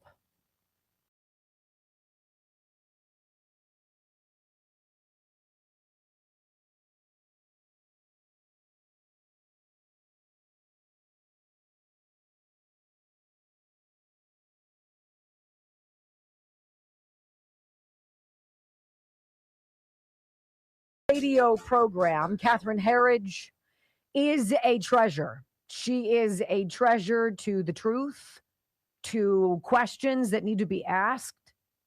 And you deserve to hear as much of this video drop that she has. It's called The Shadow Government. She put it out last night. It's about 45 minutes. We're probably going to play a little bit more of it throughout the rest of the week because it's super interesting. And she sits down with this former CIA operations officer, a guy named James Erdman III, James Erdman, and he blows the whistle on what he says is this shadow government, urges senators to focus on Tony Fauci and the money trail and the crossing of public health and biodefense. And I want you to hear with the eve of Fauci now upon us before he testifies tomorrow morning before Rand Paul, Ron Johnson, Senate Homeland Security. I want you to hear Catherine Herridge's sit-down interview with a gentleman who made a very bold move to come out of the shadows into the spotlight and to blow the whistle on this shadow government. And she says, you know what? You're openly talking about things the CIA really, really doesn't want us to know. Why are you doing this and why now? Why, after so many years of government service, did you decide to become a whistleblower? The CIA that I joined is not the CIA that we have today. They did everything in their power that even in this administration, which was incredibly disappointing, to stop the truth from coming out. And the whole point of government service is helping the American public. I think people forget, yeah, you're there to produce intel, you're there to help policymakers make wise decisions, but the whole point is national defense. And if you're going to cover up the most devastating thing that's happened in the last century, well, sorry, it doesn't work for me. James Erdman III was a senior CIA operations officer who led major investigations for DNI Gabbard's task force known as the DIG, or the Directors Initiatives Group. Erdman's recent explosive Senate testimony revealed credible allegations of a coronavirus cover-up. A coronavirus cover-up he was subpoenaed to go to Congress and testify about. He reached out to the CIA, needed to connect the dots and make sure everything was cool and all that was set up. And then in the 11th hour, CIA got back to him and said, yeah, about that, we really don't think you should. I don't want you to. And he's like, I had to make a decision. What happened 2 days before you testified before the Senate Homeland Security and Governmental Affairs Committee about the origins of COVID-19? I had a subpoena. I was issued a subpoena. It was issued the week prior. I was out of the office. The subpoena hearing was on a Wednesday. I got back in the office Monday morning. I gave the subpoena to the CIA. I gave it to my supervisor. I said, please send this to the Office of General Counsel. I've been subpoenaed. I intend to appear. Please let me know what I need to do. Here's my phone number. Here's my address. They already had it. And I waited. I waited for some sort of contact from the Office of General Counsel all day Monday. I don't hear back. Don't hear a thing. So I wait all day Tuesday. And I don't hear a thing. And I'm like, well, I guess I'm going. And I was planning on going regardless. It's a subpoena. Last I checked, we're not allowed to obstruct a Senate subpoena. So it's 7:30 at night. I had just gotten done speaking with my lawyer, and I was dropping her off at her hotel when I get a call, again, 7:30, the night before the hearing. And it's CIA OGC saying, hey, Jim, we're calling to let you know we're going to have to direct you to not appear at the hearing. And so I said, well, I'm going to have to direct you to my lawyer. And you're in luck. My lawyer's in the car with me. So here you go. My lawyer gets on the phone and she says the right thing. What is the regulations, the case law that permits you to obstruct a Senate subpoena? And they went back and forth. We tried getting as much done as we could that evening, make sure that I understood the process. And I sent an email to CIA saying, hey, this needs to be cleared by 7 a.m. The hearing's at 10. I'm going to be going. I basically said I'm going, come hell or high water. So I showed up. You know, it's that moment that a lot of people don't come to. It's that moment where you can't be a part of it anymore. You can't be a part of the machine. It was me at Newsmax when everybody was clamoring about Putin being this bad guy for invading Ukraine. And I was like, well, what did he talk about? He talked about denazifying the area and biolabs and some other stuff. Should we not look into that? What's he talking about? Oh, the ravings of a madman. And I was like, that was that moment. I knew that my field had changed forever. Same with this CIA officer. I realized investigating the origins of COVID that what I was doing in the organization for which I was doing it. Yeah, we didn't have the same ideology. The CIA appeared shocked that he went, defied them, and spoke to Congress about what he said before that Senate committee that all of the Democrats, by the way, skipped, which tells us everything. And I think that's part of the reaction that came from the CIA spokesperson. It was a little emotional. Well, let's just remind people, the CIA spokesperson called your congressional testimony dishonest political theater. You thought what? That's insane.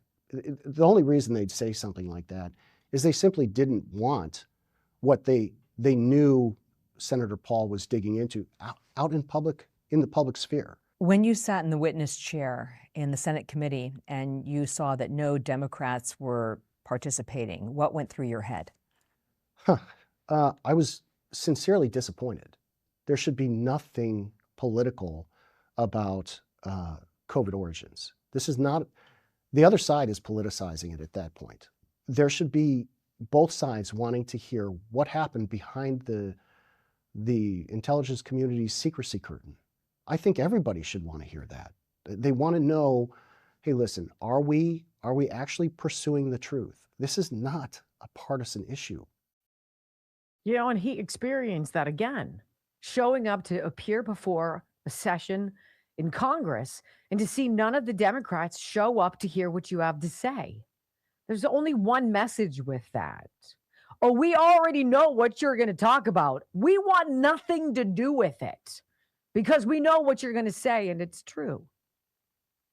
This is the same reason the Democrats didn't show up at all to talk about fraud, waste, and abuse. They didn't want to hear from Nick Shirley. They didn't want to hear from James O'Keefe. They don't want to know how pervasive the fraud is because they're in on it. So like I said in the opening monologue, that moment that you realize that what you think you're doing and what's really going, when those planets collide and you realize that whatever your business is changed and you can't be a part of it anymore. That was this gentleman here. You've been the go-to CIA guy, Catherine Herridge asks this gentleman. You've been the guy they've gone to investigate the global pandemic. You were the CIA's COVID origin researcher. How much Fauci's fingerprints are all over it? Catherine says, you know, he's testifying tomorrow. What should the senators be asking of Tony Fauci? Now, this is very, very interesting. You led the investigation for Director of National Intelligence Tulsi Gabbard into the origins of COVID-19. Do you believe the Senate committee will get Dr. Fauci in the chair this week? I do. I think, you know, I pray, but I do think so. I'm an optimist at heart. I think it's incredibly important to get him in the chair because if we want to see accountability, it's going to be questioning that he can't squirm out of. You've seen the intelligence. What records and discussions should the senators focus on with Dr. Fauci? They need to focus on contracts, for example, agreements between agencies, health agencies, whether it's NIH, NIAID, HHS. Those MOUs, those contracts and agreements, and elements of the intelligence community. If we're talking about dangerous gain of function, which is exactly what we're talking about, and Dr. Anthony Fauci knew that was dangerous gain of function. you're going to want to take a look at the money.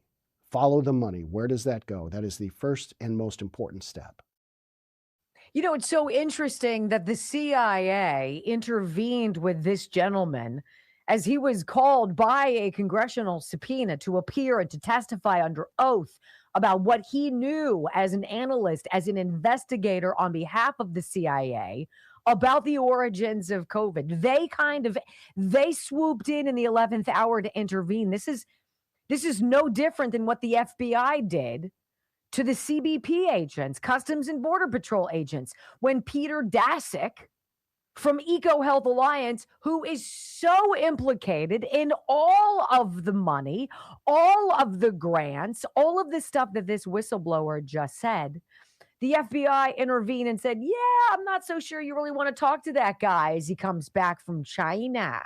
Really? Why would that be? See, this shadow idea of somebody who's deciding for us, deciding what's reasonable, what's not, what's worthwhile monetarily, what as a vaccine you should get, what information you should be allowed to have, what information the president should be allowed to have, all the while obfuscating what I believe is probably the biggest and most sinister invasion in our country. It is that of Chinese Communist Chinese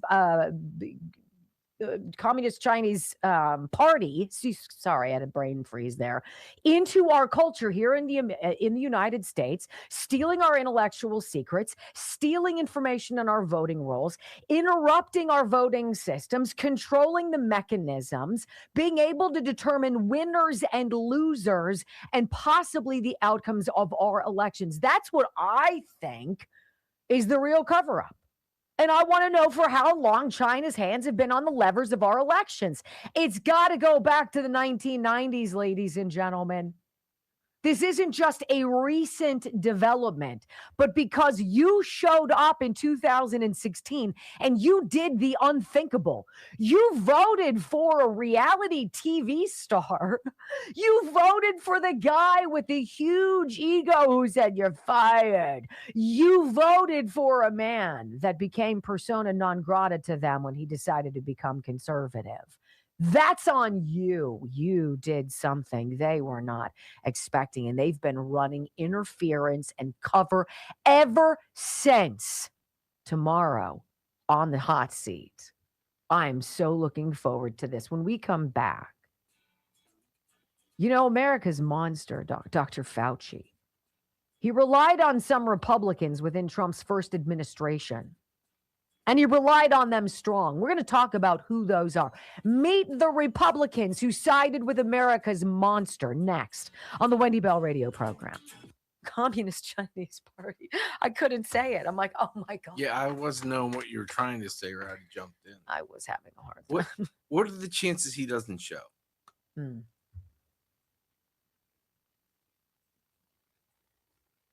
So what's he held in then? Contempt? What's the penalty for that? I guess.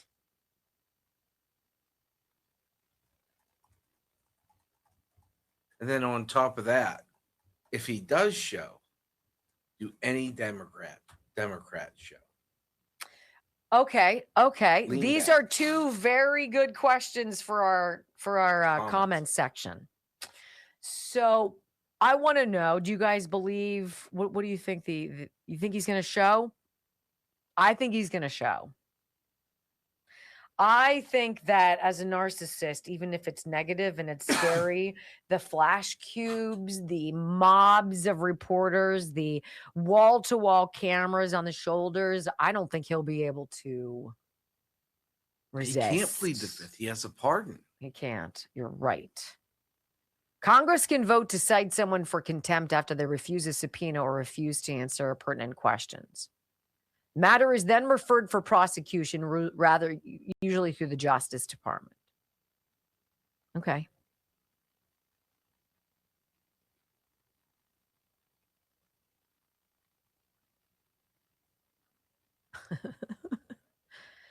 Okay, let's see what you guys think here.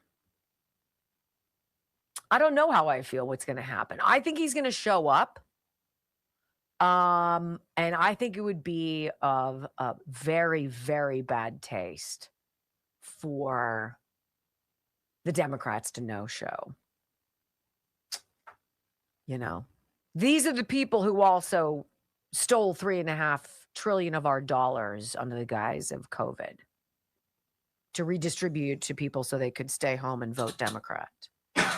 So, I don't know. Let's see what you guys think. He may be looking at jail or getting Clintoned. Will Fauci show up? Doc Wombat says yes. Will the Dems show up? I don't think they all will. Or they'll show up and leave. Tony will show, says conservative GG. What are the odds he has a heart attack, says 4chan. Tracy, he'll probably show, but he'll still be lying. Colleen, I see what you're saying. Yeah, but... Yeah, Jammy, I agree. Like moth to a flame. I wonder if he might be suicidal. Right?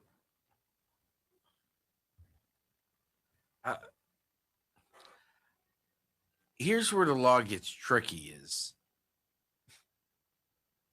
they're going to start playing semantics with words. Mm-hmm. And how he's going to, how do you say that word? Obfuscate?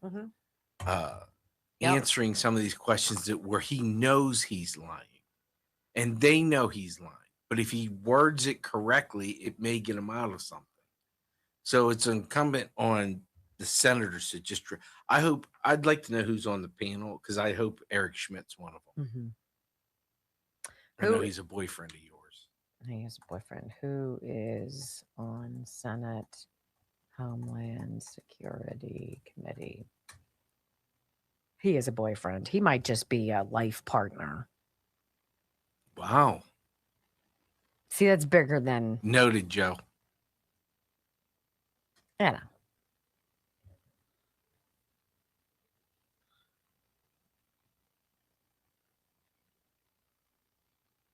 Wow. Life partner. That's a big one. That's a pretty big statement. That's a big commitment. Yeah, wow.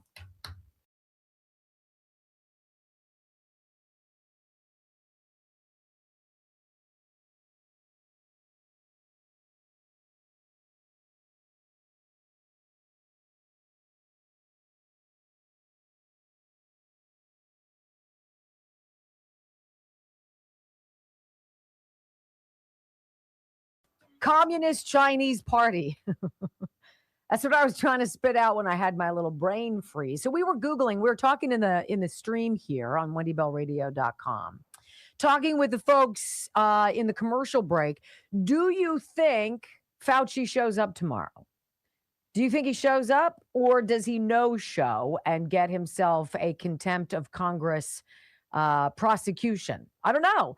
I think the lion's share of the people on the stream have said, like moth to a flame, a narcissist cannot avoid the spotlight, must have the spotlight, must be there, has to be in the spotlight of everybody, and probably misinterpreting them and their attention as adoring instead of as spiteful and hateful, right? Then the other question was, do the Democrats on this widely publicized, thanks to Senator Rand Paul and Ron Johnson, do the Democrats show up?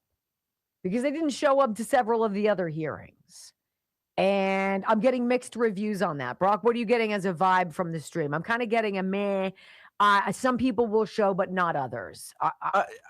I think that's probably the case. Yes. I think that people are rightfully so skeptical of everything because they've seen Hunter walk in, sit down, and then get up and leave. Bill and Hillary. Yeah, not show. And we're going to go to this other place. Our terms. It's not 2 tiers of justice. So then we started saying, all right, so who exactly are the cats on the Senate committee in the Homeland Security and Governmental Affairs, right? So you have Rand Paul, he's the chairman. Then you have Ron Johnson, James Lankford, Rick Scott, Josh Hawley, Bernie Moreno, Ohio, rock star, Joni Ernst, Rhino, Ashley Moody, she's new, she's a keeper. Then you got over on the left, you've got Gary Peters, Michigan, You have Maggie Hassan, New Hampshire. Richard Blumenthal, dick. Connecticut. John Fetterman. Andy Kim from New Jersey. Ruben Gallego, who's still best buddies with Eric Swalwell, Arizona. And seditious six-woman Alyssa Slotkin, who likely fancies herself a presidential candidate. Do you think these people, the Democrats, can afford to just no-show the guy who was everything related to the COVID pandemic? I mean, if there's one person, one voice, one image, one anything that you were to, if you were to go to AI right now and make me a poster for the COVID pandemic, it would be Fauci's face and all of those like COVID molecules, right, around him with the little nubs on them. That would be the picture. Now, I don't know what's going to happen. We'll see, but I think it's interesting that the Daily Caller did a story, I should say. Meet the Republicans who sided with Anthony Fauci to shut down the country. Curious. Republican Kentucky Senator Rand Paul released Dr. Fauci's personal diary Sunday, offering a behind-the-scenes look at the first Trump administration officials who aligned with Fauci as the country shut down during COVID-19. The diary entries portray an administration divided over lockdowns, school closures, and messaging, with several Republican officials backing the NIAID director's efforts to maintain sweeping public health restrictions while sidelining dissenting voices. One of the officials who backed the public health bureaucrat was Hope Hicks. Remember her? She was a counselor to the president, former White House communications director, whom Fauci described as very nice after their first meeting in March 2020. Fauci soon wrote that Hicks appeared to view him as a future ally after seeming uncomfortable with Trump's desire for the COVID-19 team to hold 2 press conferences a day to boost morale for the economy through public transparency. Right? By early April, as Easter approached, Trump had grown increasingly frustrated with the continued shutdown, calling Hicks and Fauci into his Oval Office to discuss reopening. But Hicks and Fauci conspired behind his back to keep the messaging going. It's not safe to have Christmas. Make sure you test everybody before they come over for Thanksgiving. Just give them a nasal swab in your garage before you let them in. Remember that? Who else was there? Remember that Alyssa Farah? That broad? Fauci also chronicled Alyssa Farah's tenure as White House communications director, describing how she worked to get him in front of as many cameras as possible while attempting to silence and remove officials who publicly questioned him. All you have to know about her is she's now on The View. Period. I don't need to say anything more about that broad. What a witch. Right? And then, of course, there was Mike Pence. Mike Pence really liked Tony Fauci. They got close. Fauci's journaling also showed that he built a strong relationship with both Vice President Mike Pence and his chief of staff, Mark Short, even stating on multiple occasions how much he liked them and how it appeared the feeling was mutual. He was massaging all of the people who were going to be messaging his cover-up. They couldn't possibly know that he was the one behind the gain-of-function research, that he was the one that approved the money. He was the one that erased his fingerprints from it. And then he was the one who shared that technology with the Bat Lady. He's the one who lied about where it came from. He's the one who lied about how infectious this was. He was the one who lied about the elderly, about your children. He's the one. He's the one. An American monster. When we come back on the Wendy Bell radio program, let's talk about John Fetterman. He sat down with Lara Trump yesterday. Not a good interview, not because of him, because of her. Oh boy. Next on the Wendy Bell Radio Network. I don't care. Gloves off. All right, you know I've been drinking LTV. Drink LTV. I had no idea that you could drink a gallon of water and still be dehydrated. Why? Because water doesn't go to your liver, but LTV does. What? You hear people drink things with electrolytes. Oh, I drink electrolytes. It replenishes my body. Good for hydration. Well, a lot of the drinks with electrolytes have a powerful amount of salt and sugar in them and got dyes and other things. LTV is different, all right? It just is. And I'm drinking it right now. Some of the things that you might notice if you have a dehydrated liver. You're like, how do I know? Like, do I turn yellow or something? No, but you'll notice that you bloat after you eat. Bloating, uncomfortable bloating. You also notice when you look in the mirror, or even see pictures of yourself, that you look dull, that your skin is lifeless. You feel dull because everything suffers when your liver is dehydrated. You lose energy, your digestion slows down, you get squishy and bloaty, you hold on to stubborn fat, right? If this feels like you, maybe you want to drink ltv.com/Wendy with me. Up to 64% off right now. Is that what it is? I mean, it's so ridiculous what he says. I'm like, is it? It's not 64. It is. Up to 64% off for a limited time. drinkltv.com/Wendy. So like I told you, because I ran out of Dr. Gundry's, I'm drinking this entirely. I'm drinking the whole, this is how it comes. At least mine came. That's how it comes, by Elp Wellness. Those are my little packets. I got mine for tomorrow. I'm doing it. I want a complete cleanse and I want to hydrate my liver. If you want to join me, drinkltv.com/Wendy, 64% off, up to. Sounds pretty good to me. Pretty good to me. Check your text. Oh boy. Somebody love me? No, Demanda made a poster. Uh-oh. Yes. Yes. COVID the movie. COVID the pandemic. COVID the suck. Yeah. Yeah, 100%. I kind of like that. She's awesome. She didn't make it in landscape mode, so I couldn't steal it for tomorrow. Yeah, I wonder. I think my in-laws still pay attention to the news, unfortunately. You still what? They still watch, like, I don't know why, but like 60 Minutes. In the evening, you know, local hour, half hour, and then the national. But, you know, they're not going to talk about this. So they're going to determine what the news is. And then there will be millions of Americans who don't have a clue because they're unscrupulous, the networks. So I'll have to go back to my father-in-law and say, hey, Pop, hey, Dad. And he'll say, Wendy Bear, what? And I'll say, did you look at this big shark in my head right here? And I'll say, I called him Dr. Death for a reason. How do you like me now? All right. Demand to be up by 6:30 tomorrow morning. Oh, you're going to have her help you with the thumbnail? And I'll have you. Yeah, you can help me with the thumbnail. You want to make her staff, don't you? You want to get just her. For the thumbnail. You just know you like her for everything. The thumbnail. Okay. So Wendy likes when I build them. Right. I like the AI because I'm able to do other things while the AI is putting it together. And then I can massage it like everybody else, massage it to what she wants. But it's so time consuming to build one. Yes, we do remember that. Yeah. You spent a lot of life years doing that, and you're joyful that you don't anymore. I am. I am. There's no like. I'm not going to Anthony Fauci that one. There's no. Senator Poole. Wendy Bill. You should not know what you are talking about. You have no idea what you're ever talking about when it comes to putting a picture together. Well, I don't normally. Other than what color the title is. I don't normally criticize that.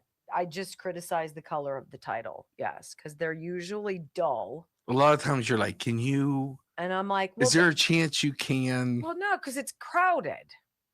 It's not like you're going to see it on the side of a billboard. For any other. It's just a small little thing. So when they add a bunch of jazz to it, I just find it to be confusing. Right. Well, I also have 56-year-old eyes. The nice thing is with AI, and I did it today,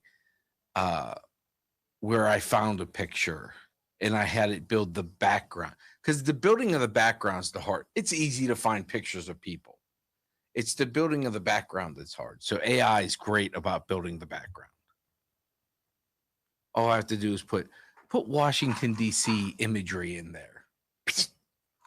Me, I'd be going through tens. Wait, don't go anywhere. What's your experience with Blood Flow 7? Oh, I take it every day. How do you feel? How do you feel different? Let me ask you this. Did I look tired on the golf course? No. There you go. Bloodflow7.com, nitric oxide. Did I look tired digging up the backyard? No. We look sweaty.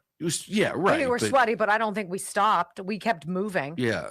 I'm going to say stamina, strength, endurance, longevity, awake, alert, alive, not hitting a wall, sleep like a boulder, changes your world. Gas molecule called nitric oxide is what this is all about. That's it. Right? And that gas molecule gets your blood vessels to relax. And when they relax, more blood flows through them. And when more blood flows through them, you feel it.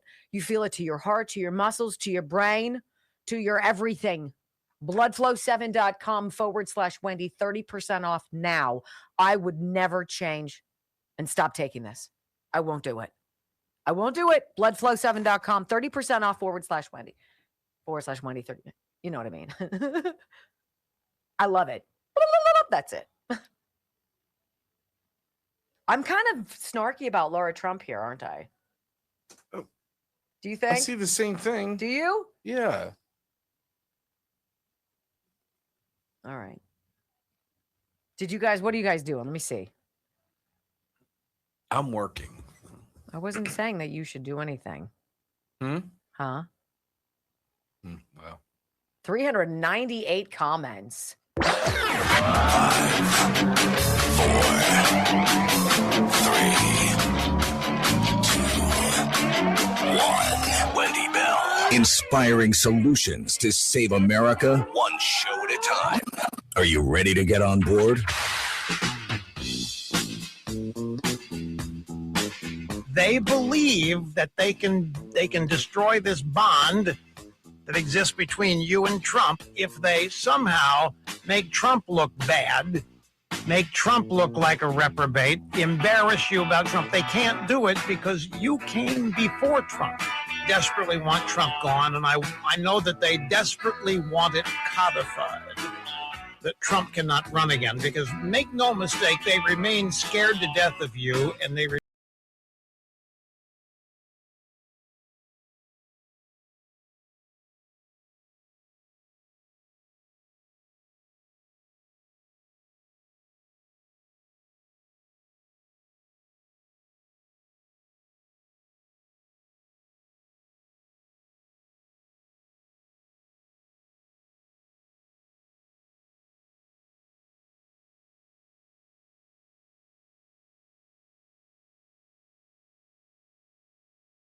can't separate you from Make America Great Again. From sea to shining sea, 3 hours of bold truth and excellence. The Wendy Bell Radio Program.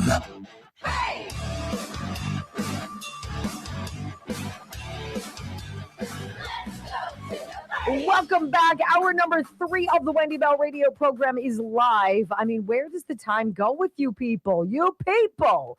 I'm so happy to be here with you. Look, John Fetterman, I want to make sure as you hear me speak about the senator from Pennsylvania, I don't necessarily want John Fetterman to become become a Republican. I'm not saying the Republican Party should open up its arms and take him because he's basically an orphan. He's a beach ball adrift at sea who's been abandoned by his shipmates in the Democratic Party. But I do find him extraordinarily interesting in that he just has very basic common sense. This is wrong. And no matter how many people try to tell me it's right, it's still going to be wrong. You're not going to force me to change how I feel about that. And that's a fact. Now, I respect that. I wish that he would vote more consistently with my views, but I respect the senator and the positions that he takes. So Laura Trump last night has him on. Why Laura Trump has a show, I don't know. I like her. She's nice enough. I'm a huger fan of Eric Trump. I think he's the dynamite star of the family, to be perfectly honest with you. Laura Trump has 7 minutes with John Fetterman on some show that Fox gave her. Fox gave her a show not because she is a preeminent journalist like Catherine Herridge. She has a show because she's the president's daughter-in-law. And you know what? That's okay. That's okay. But this was a swing and a miss. I was going to say she struck out, but I'm not so sure Lara Trump even showed up at the arena or at the ballpark yesterday. What is the one question that you would ask John Fetterman if you had 7 minutes with him on live freaking television? Tell me, Senator, you're very based about a lot of things, including Israel, right from wrong, and the lunge towards communism in the Democrat Party.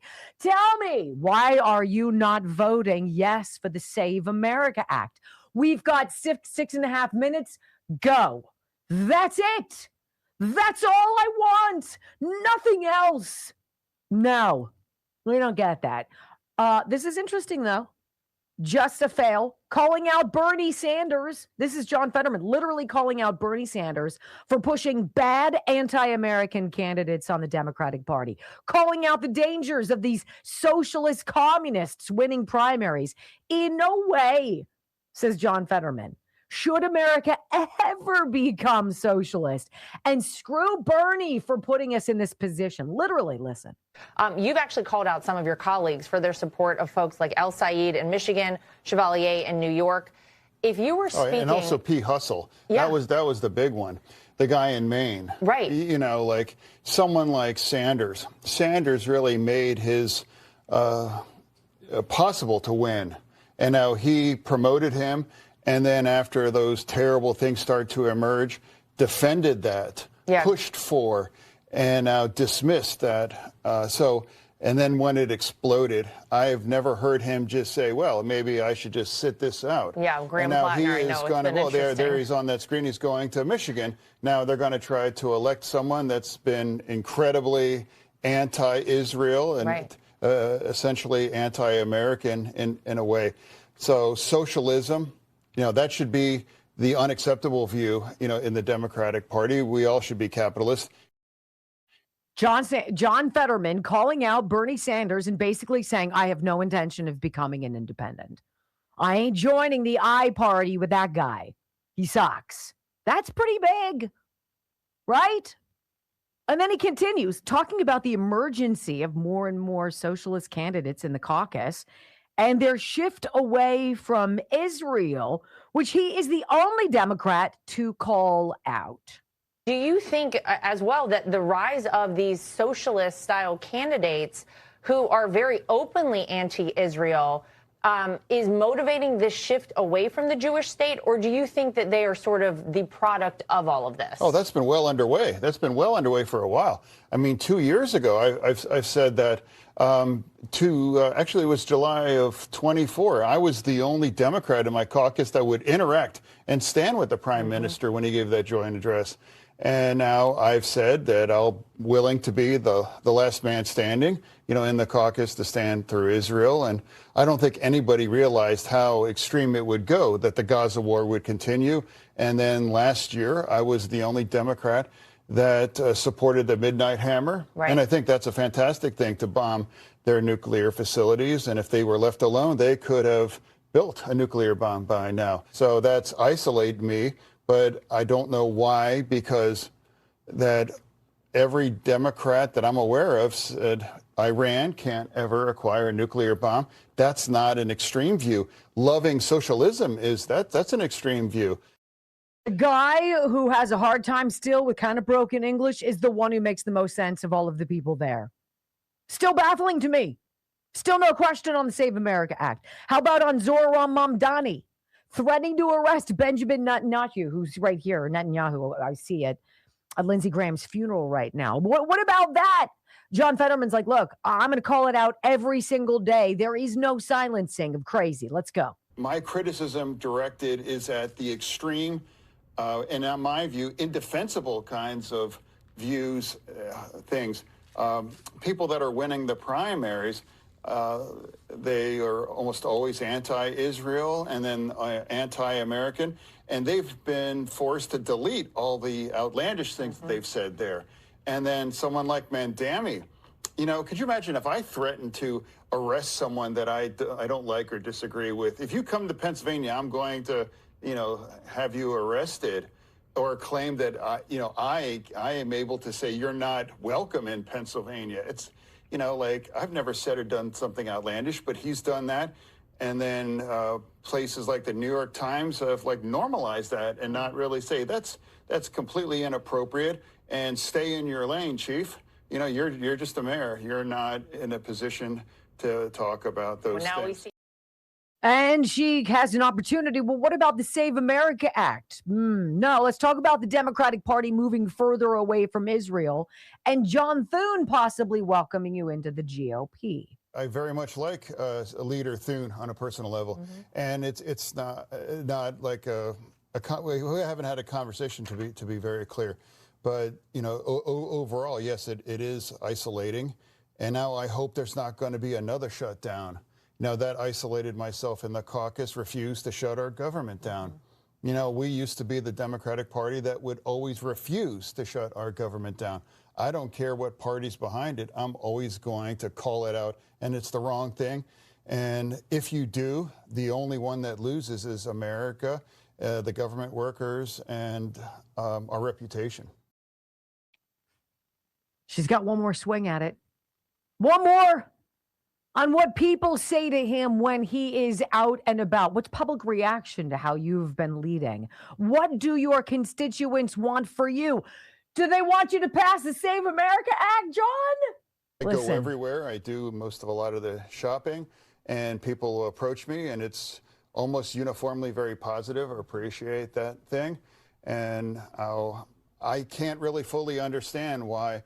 I mean, I've seen polling where why I'm so popular with Republicans. I don't really understand that, but I'm always going to treat both sides with respect, and we can agree on what we can, or we're going to disagree in a respectful way. And I'm not going to call people like you're a Nazi or you're a fascist or you're trying to destroy our democracy and use those things. So I call out what's unacceptable for me, whatever that party is. But I do think it's a responsibility for members of the party to police their own ranks. See, what John Fetterman said is all correct. I disagree with nothing that he said. He's a guy who was elected to represent his constituents. He has very strong feelings about Israel. He has very strong feelings about right and wrong. He has very strong feelings about rhetoric. He has strong feelings about working together and getting stuff done. But we don't know what his feelings are about the Save America Act because Laura Trump failed to freaking ask him. This is all we should be asking people. Every single time Allison Steinberg from Lindell TV walks up to somebody who's a Democrat, tell me, why are you not voting for the Save America Act? There's a new poll out, and you know what it tells us? The same number of people, 83%, want you to pass this. Why are you directly refuting the will of the people? Put it on the record. Because it's going to be too hard for women to vote. Bullcrap. That's not a defensible answer. That was a failure. I wanted you to hear it. It was successful for you to understand how John Fetterman thinks and for you to feel, you know what? I kind of wish we had a little bit more common sense from that guy who had a stroke and still doesn't speak in complete sentences, but somehow manages to speak the truth that Americans want to hear. Where, oh, where will John Fetterman land? And why is he a no on the Save America Act? When we come back on the Wendy Bell radio program. The minute the mainstream media realizes Democrats suck at managing money. Oh boy, next on the Wendy Bell radio network. I got very fussy about that. I'm sorry. But it's like, hey. We couldn't tell. It's like, hey, don't have a job on a TV network if you're not going to ask the questions.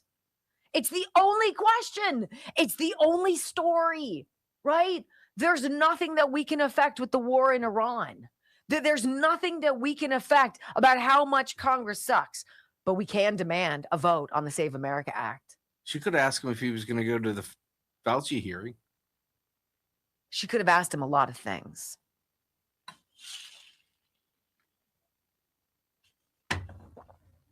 That's why I want to have him on my show. That's why. I'm not going to get in his face. I want to hear what his reasoning is. He's capable of explaining his positions. Someone's in his head. Someone has told him something that is factually incorrect about the Save America Act, and he has not investigated it himself. What is it? What is it? I don't know. Kelly Morgan, Morgane's Fitness. You got 3 more days. Wendy Bell Radio Army, $99 to get the meals, what she says you need to eat and stay away from, and also the exercises, right? $99 for you to lose as much weight as you want, as much weight as you're willing to put into. Then there's the whole Ignite 90 program, which is a much bigger deal, and it's fantastic. This is wherever you live. It's done remotely. You get some blood work done. She monitors it. She checks it out, gives you food that's good to eat, tells you stuff to stay away from, then gives you videos of exercises that you could be doing multiple times a week. You do the rest. Now, if you run into a wall and you need some counseling, that's what's beautiful about 90 Ignite. She or a member of her team at Morgane's Fitness will communicate with you and get you over the hump. And if you have questions about this or that, they're ready to provide the assistance. It costs more than the $99 that you get. But you also, $99 to get the plan is a pretty good deal. MoreGainsFitness.com. I think she's great. You know how I feel. MoreGainsFitness.com. Amen. Ooh, I've not done Texas Bullion Exchange. And I have not done Health Revolution. So I've got my deck stacked against me here a little bit. Or Sniper. Well, we'll make it Why work. don't you tell us about Health Revolution? info.healthrevolution.net. I want you to write down that number, 800-868-6187, particularly if you're in one of the Obama Marketplace plans. If you're in the plans, Cigna's getting out of it. 3 million people dropped their coverage so far this year. Next year, there's going to be a huge premium increase, and you're going to get squeezed. Why?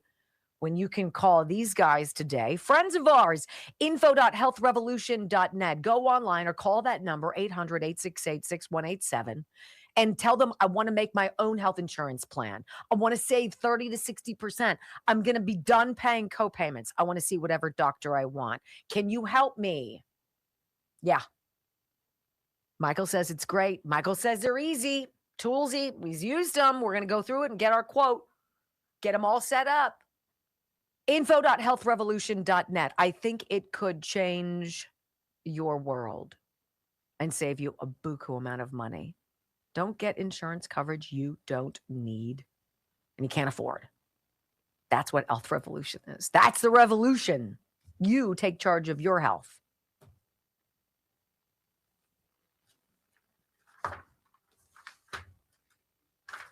I don't know why that just really pissed me off about Laura Trump. Not like it matters. She doesn't care what I think, but it's like, you should. You should, because you're the American people. Why didn't you ask that question, Laura? I know, I saw it. I didn't want to. Oh, boy. What? Nothing. I was...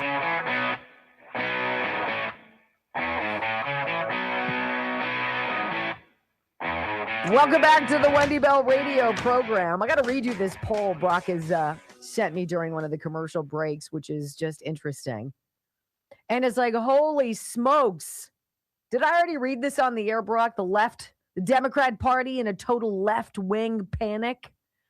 Now that this poll has come out, this Reuters Ipsos poll, basically, who do you trust? Which party do you trust more to do blank? Well, Republicans lead by 4 points on the economy, 17 on crime, 7 on immigration. That is not a good look for the Democrat Party. Their bank account, similarly, as much as what's-his-face, Ken Martin wants to wax poetic about it and say, we raised more money in the last year than we ever have in the 189-year history of the Democratic Party. I don't know about that. Not so sure. Let's hear what Harry Anton's back at the big screen, and he's talking about this fundraising chasm between the GOP and the DNC, and it's all about the Benjamins. You know, Democrats, they're much more like this. They're your $1 bills, while Republicans, you're much more like this, your 50s, and dare I say, even your $100 bills, because just take a look here. Cash on hand from the main outside groups. Ergo, your congressional committees, right, your NRSC. Take a look here. Republicans at this point, $657 million. My goodness gracious, that's why I'm talking about these bills, right? $100 bills. While the Democrats, only about $334 million, only about half the level of Republicans. And of course, cash is what makes the world go round in politics. Now, you think that these numbers are bad? How about the national committees themselves? The RNC, the DNC, Republican National Committee, Democratic National Committee. Look at this. Cash they have, June 2026. The RNC, $129 million. That's pretty gosh darn good, right? But get this, the Democrats are a rarity. The DNC is red on your screen. Why are they red? Because they're literally in the red, way down there.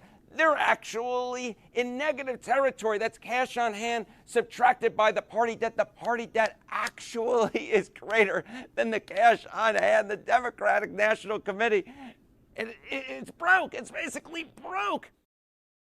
I've never heard him say something like that before.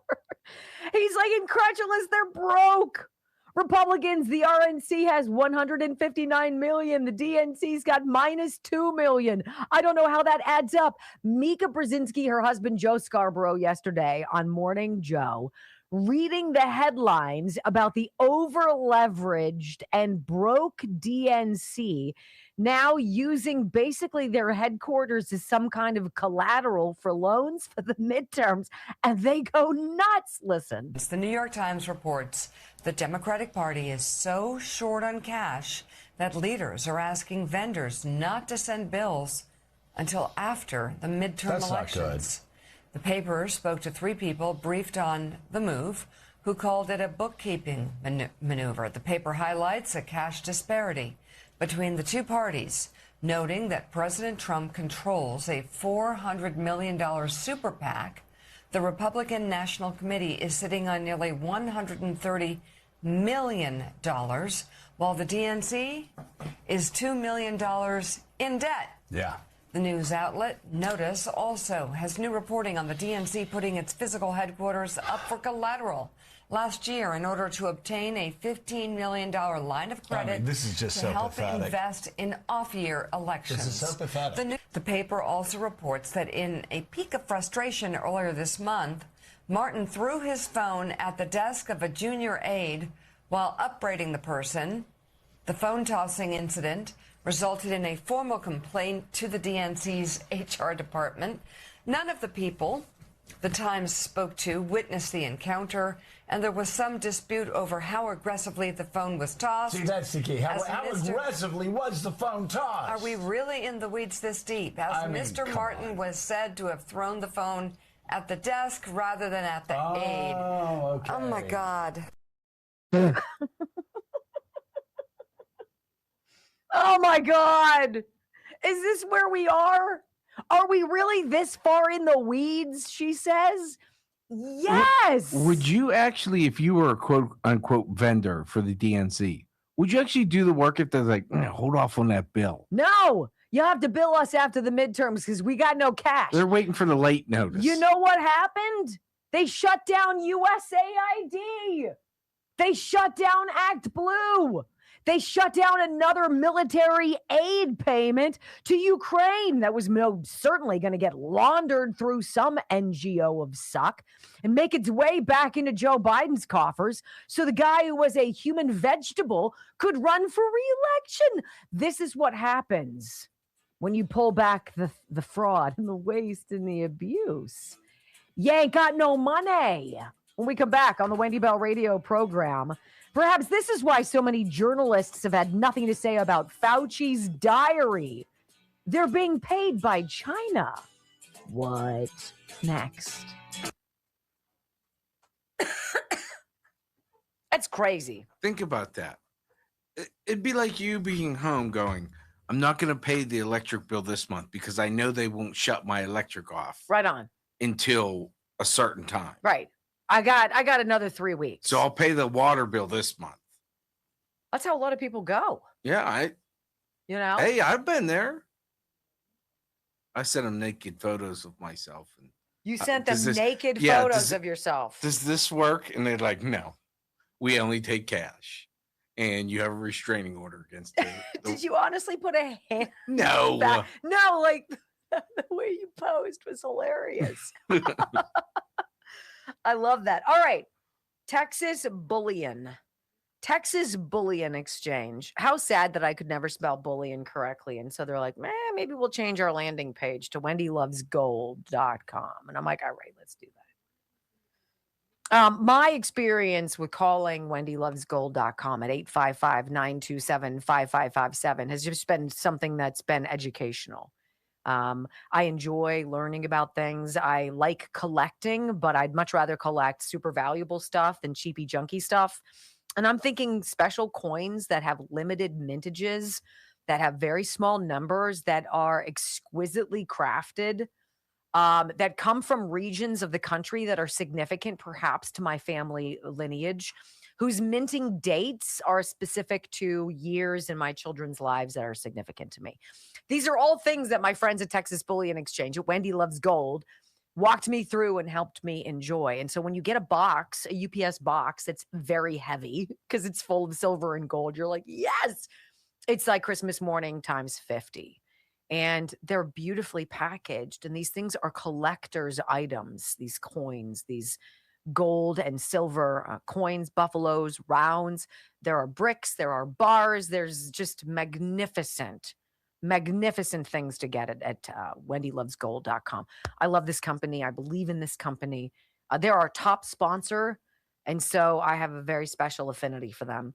And if you get a gold-backed IRA, by calling 855-927-5557, you're going to get this 1 ounce silver coin with my ugly picture on it and my signature. If that is an incentive to you, I mean, it's like what value? $55. It's not great, but something that's a little different, a little personalized. But your signature ups the value. I only signed 25 of those. So I've got one that's left, and I told Froggy I would give it to him. So I have to stay true to my word. So when the time comes, that's what I'm going to give him. I didn't get one. You didn't ask. He did. He's also asked me about what kind of putter I like. He shares with me a bunch of ideas about merchandise, about business, about things we could do. He's got great ideas about that. He just gets frustrated because I don't respond commonly because I'm busy. I do all that too. I mean, I don't care what putter you like, but isn't it phenomenal how the fundraising is really not going so swimmingly for the Democrats now that USAID and Act Blue have been shut down? Are you surprised? What's there to get behind? 100%. Just connecting Let the dots. me give you money that you ultimately want to tax. So I'll have less money to give you. But yes. Anyone who is not a capitalist or doesn't believe in the capitalism formula is an idiot. Government can't spend the money that they have now. They can't balance their own books now. You want them to be in charge of major businesses, and people just say, oh, major business. Well, guess what goes away when government's in charge of the major business? Small business. Where did we get most of our tax revenue? Small business. Where are most people employed? Small business. If you have the government controlling big business, excuse me, you're going to have, even these socialists who want to start podcasts, they're going to control that. They're going to tell you who you can have as a sponsor. They're going to tell you how much you can make. And are you going to be happy if everybody's making the same amount as you when your wage sucks and you can't get a promotion, you can't get a raise because it's all nepotism and bribery and blackmail and do you know so-and-so, get me a job? I mean, really, like, just to think of the socialistic, communistic way of thinking, none of it makes sense. None of it. And oh yeah, check out disinfectwithsniper.com. They have a lot of great products. Just don't buy Sniper this week. Wait. You're on the inside. The people in the radio don't So know last night, I made some walleye. One of Joe's patients went fishing and knows that we love fishing and love fish. And he brought back the most magnificent fillets of walleye. Wow. So I did some in a pan. I did some in foil. And I used Hunt Chef spices, the down on the bayou or whatever the one was. For fishies. So I did that in foil, and I made this horseradish, sour cream, Parmesan cheese, like sort of a paste. And I put it on, and I threw in some green onions, and oh my, baked it. Those spices, Hunt Chef spices, disinfectwithsniper.com. That's the real deal. None of us know. None of us got any. No, you didn't. Wow. Why would you have? Eric Schmidt. Were you over at dinner last?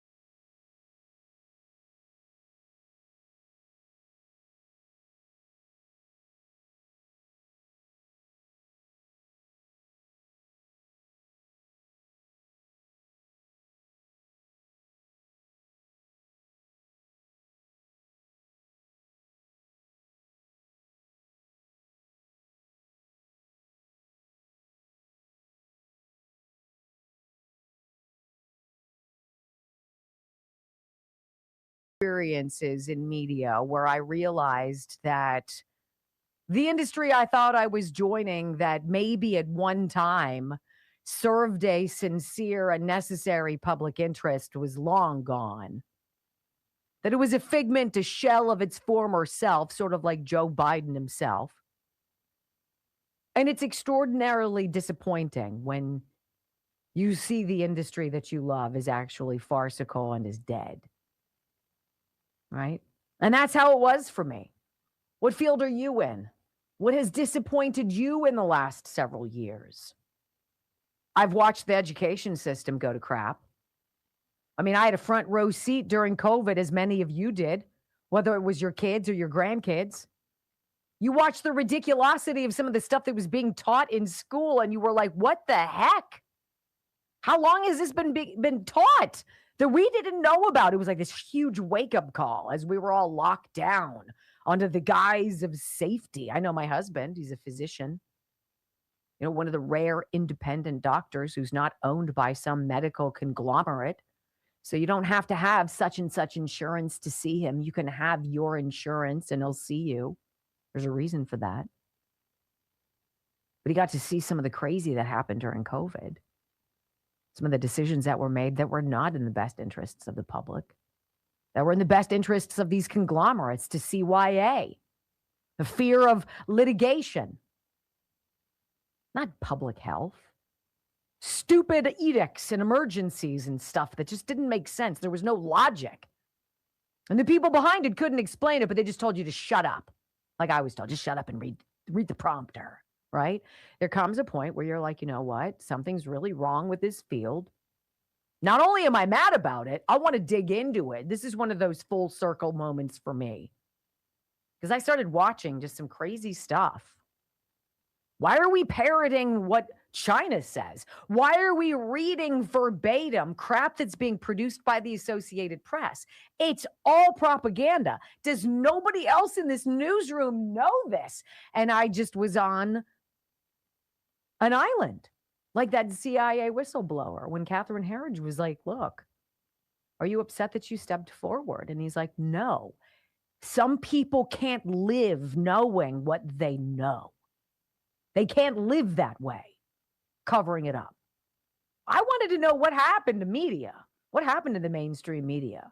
because we had certainly a lot of suspicions of bias, but it wasn't so freaking bold and in your face like Democrats just refusing to show up in mass for a hearing, the same as the media creating this blackout of Fauci's diaries. How dare you? How dare you think that you get to decide what's newsworthy and what's not?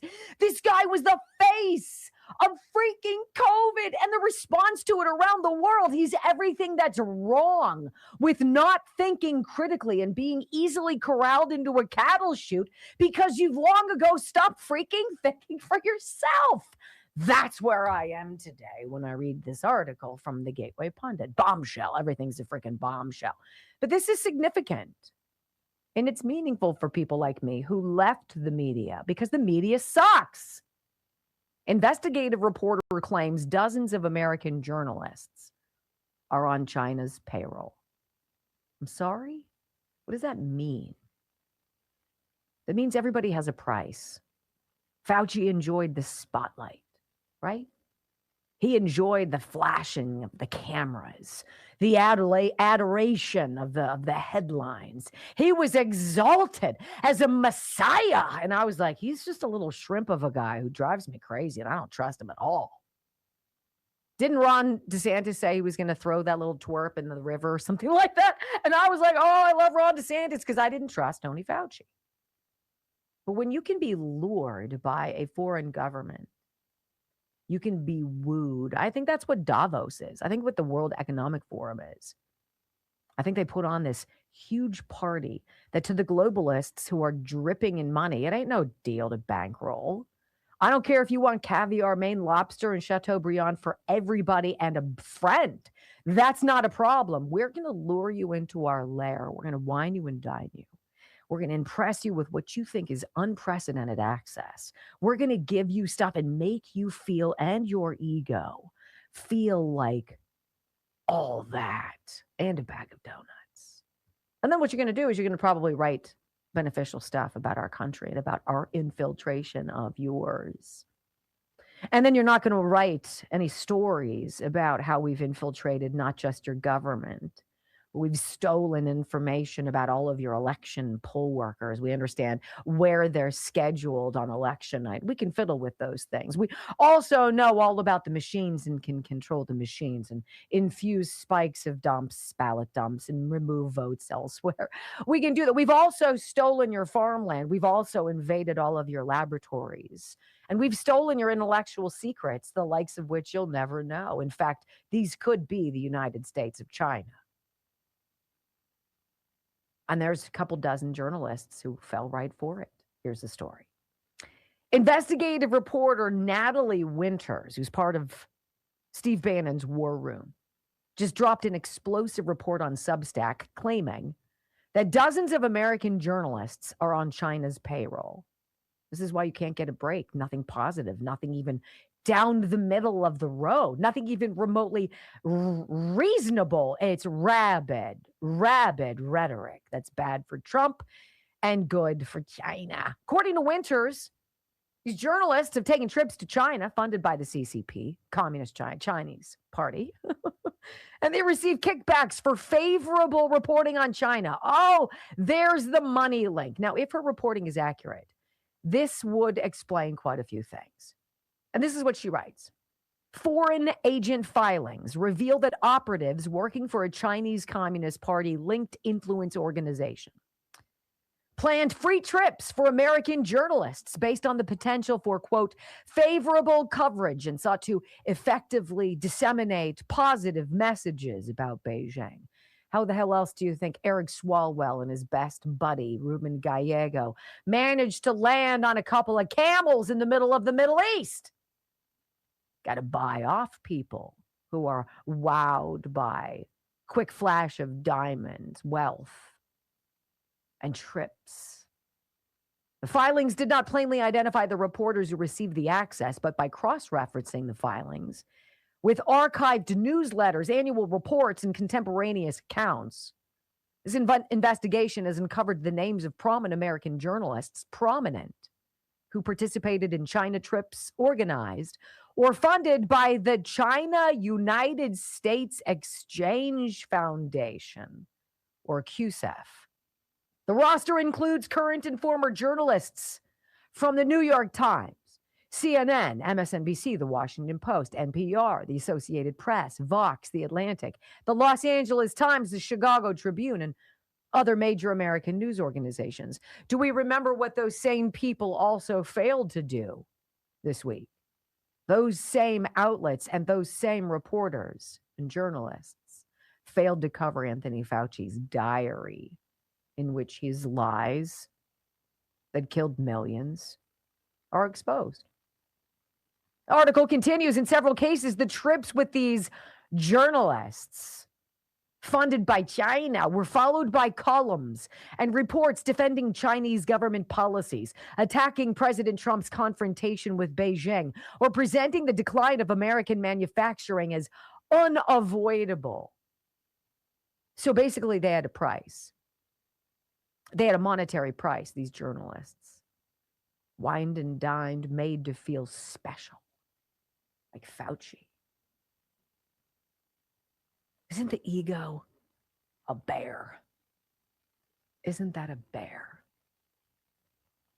When you find yourself on the take, loving the pay, you're working for an organization that's not coughing up a whole lot, and China's giving you flush cash the same way they paid the Biden crime family syndicate. A diamond here, an old car here, millions of dollars there. Huh. How about the names? Natalie Winters says, revealed, here are the mainstream journalists on China's payroll. And it's a thread. We'll see who you remember, who you know. Names include, these are exclusively uncovered the identities of prominent U.S. journalists flown to China by a CCP-linked influence operation, seeking favorable coverage and positive messages about Beijing. Ezra Klein, The New York Times, Matthew Iglesias, Vox co-founder, Ronald Braunstein, CNN senior political analyst, Bradford Plumer, New York Times reporter, Marjorie Miller, former Associated Press vice president, Steve Clemens, former editor-at-large at The Hill, David Rhodey, MS Now senior national security reporter, Jonathan Alter, NBC News and MSNBC political analyst, David Sweeney, former NPR managing editor, Daniel Gross, former Yahoo Finance columnist, Marilyn G. Wax, former NPR senior editor, Kathleen DeVenney, former Newsweek editor, Tom Olmstead, former U.S. News and World Report correspondent, Steve Chapman, former Chicago Tribune columnist, Bruce Stokes from National Journal. It goes on and on. Salt Lake Tribune, The Week columnist, Newsweek senior writer, Milwaukee Journal Sentinel, Washington bureau chief. Does it seem odd to anybody now that the reason why so much of the news that you get is unbelievable is because it's coming from freaking China?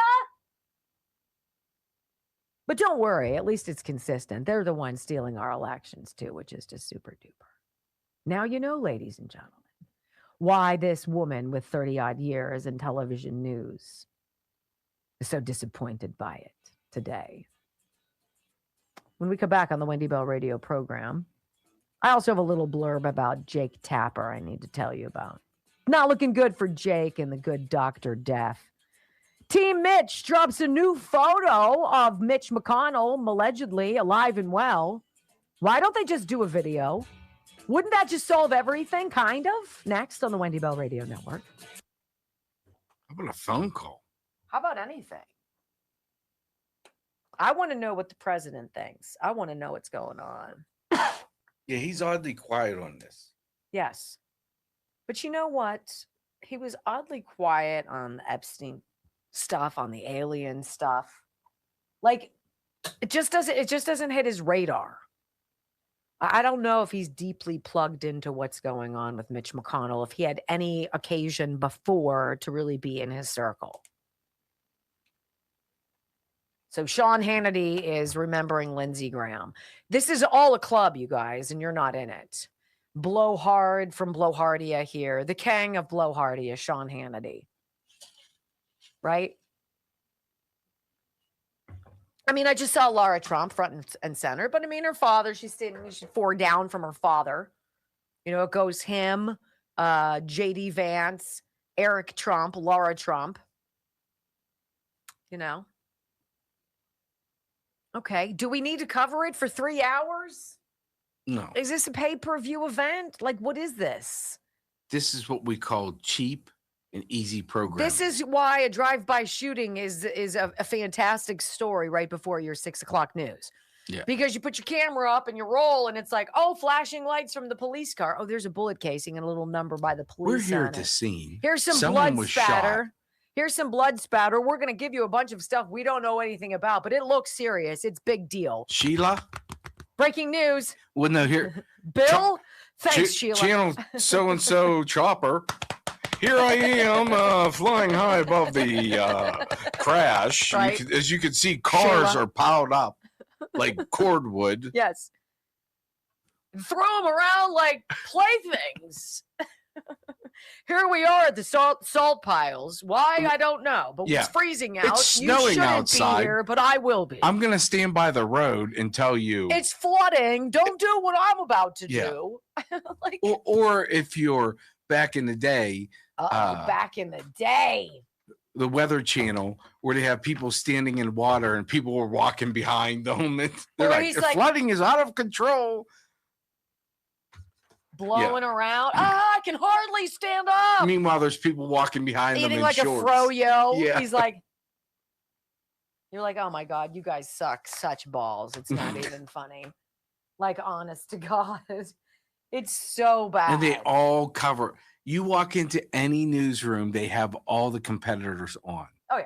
What are they doing? Are they doing Yeah. something we're not doing? Why aren't we doing what they're doing? Let's break and I was in. like, why the hell do we want to do what everybody else does? I don't want to be like everybody else. I'll never forget the time I was in the newsroom Sucks and they being had like me, everybody else. they had me as an editor that day, which sucks because that wasn't my gig, but because I knew how to do everybody's job, I was the emergency fill-in. Of course. And the guy looks at the TV, a guy on air looks at the TV and says, breaks in with one of the channels. If you saw my fingers, Wendy, I don't want to channel. Okay. Yeah. Breaks in with the story. So I'm looking, I'm like, Where is this? so I called, it was the police were responding to a fire chief. So I called the fire chief. I said, hey, is there a fire? He's like, what are you talking about? I'm like, do you have nothing? He's like, no. I'm like, thank you. You might want to tell channel blankety blank. Hung up, walked in, be like, just talk to the fire chief. There's no fire. Uh-oh. I was like, you better crack the mic and get on there and say that was false reporting.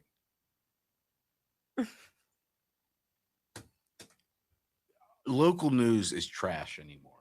It's just straight up trash. Local news died when Wendy Bell left.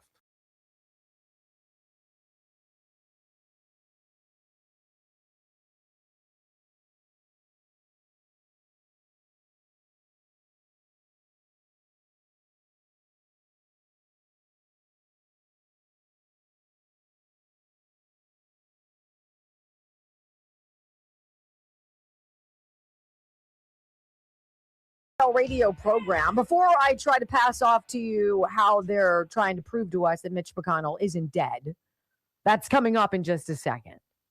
There's a great Revolver News article out where staff writers reveal the deeply unprofessional relationship between CNN's Jake Tapper and Anthony Fauci through Fauci's own private COVID era diary entries, which of course the mainstream media refused to expose, talk about, cover in any way. Ready? How about some of these revelations? Fauci's personal notes document that he wrote up questions and provided them to Tapper ahead of an interview with one of Trump's top health officials. How insulting. Tapper privately texted Fauci his thoughts on Deborah Birx, complaining that she was getting a little too Trumpy. The two men held private dinners at each other's homes, with Fauci describing one evening as friendship building. Another dinner took place in the fall. Tapper later texted Fauci to attack Laura Ingraham while defending the integrity of Dartmouth. These interactions occurred while ordinary Americans were ordered to stay away from dying loved ones. We were told to cancel weddings, skip funerals, shut down churches under Fauci's public guidance. He's yucking it up with Jake the Snake. Tapper was presenting himself to millions of CNN viewers every night as some independent journalist covering Fauci, Trump, Birx, and the entire COVID response. But the diary entries show Fauci feeding Tapper material, receiving Tapper's political commentary, and treating the journalist as a political bro rather than a neutral reporter. He's never been neutral. He's a deep state snake. Revelations confirm long-held suspicions on the right that the media-government relationship during COVID was contrived, while Tapper offered no heartfelt apology in response. He is a scumbag. I play any clip of his with disdain, usually to mock him, but that's just me. Here we go. Glitch McConnell's... Oh, that's not very nice. Glitch McConnell's docs give health update about the elderly senator. I'm sure he's fine, guys. Nothing to see here. It's been 60 days, whatever it's been. The Office of the Attending Physician said Monday that Republican Kentucky Senator Mitch McConnell was discharged from the hospital and undergoing daily physical therapy. McConnell's office has been largely unresponsive about the senator's condition and recovery. After he missed 38 roll call votes since his June 14th hospitalization, they released a statement saying McConnell is not medically cleared to return to the Senate while undergoing a strenuous course of physical therapy and rehabilitation. Who calls bullcrap on that? Anybody? Bueller? I think that's why they're going to have the August recess. Yes. To hide him. How about this, Brock, from Kentucky Governor Andy Beshear? This just in. Breaking news. Andy Beshear just gave Mitch McConnell an ultimatum. Provide proof of your capacity to serve or resign. What? Here's the letter. What if he doesn't have capacity to do either? What if he's dead? Dear Senator, I know I shouldn't talk about conspiracy theories. I know. Dear Senator McConnell and Senate staff. This is from the pen of Andy Beshear, governor of Kentucky. I am addressing this letter to Senator McConnell under the assumption that he is capable of reading and responding verbally and not incapacitated by means of consciousness or cognition. If the senator is unable to respond for either of those or other conditions, consider this letter a demand for his Senate staff to be honest and transparent with the people of Kentucky. Or we can walk the 3 miles and go check them out. It's now been, if you're at the Capitol building, it's now been 43 days since news of your hospitalization. During that time, you've cast 0 votes, engaged in no official activities, and aside from your 2 photos and corresponding statements, have made no effort to communicate with your Kentucky constituents or the nation. Even the attending physician's written statement does not discuss your actual condition, including whether you can speak, reason, or carry out your duties as a senator. I understand anyone's desire for privacy, but when you run for office and serve as one of a state's 2 U.S. senators, you willingly abdicate much of your personal privacy. That's the deal. We all know how it happens. Important events are happening in our country right now during your absence. President Trump is stuck in a war of his own making. Gotta go political, of course. Way to go, Andy, you hack. As governor of the state you serve, I am calling on you to directly and verbally address the people of Kentucky and provide proof of your capacity to serve or resign. I think Brock's right. I think you keep this closed, you slither off to the recess, and then somehow in there, oh no, Mitch died. Well, here's the kicker. We still don't know. Was it I've read it was pneumonia. Did he have a heart attack? I read it was just a fall. What was that? Yeah. He looks fine. He doesn't look bruised if you believe the photos that were released, even though the one Well, he before wasn't was bruised from 3 years ago. 3 years ago? Huh. But, they never lie to us. So I'm sure he's fine. And he's fine with you seeing him freeze. Yes. But just nothing else. McConnell. There you go, ladies and gentlemen. We'll do it all again tomorrow. You ready? I love you guys. Have a great day. Thank you for being here. Peace.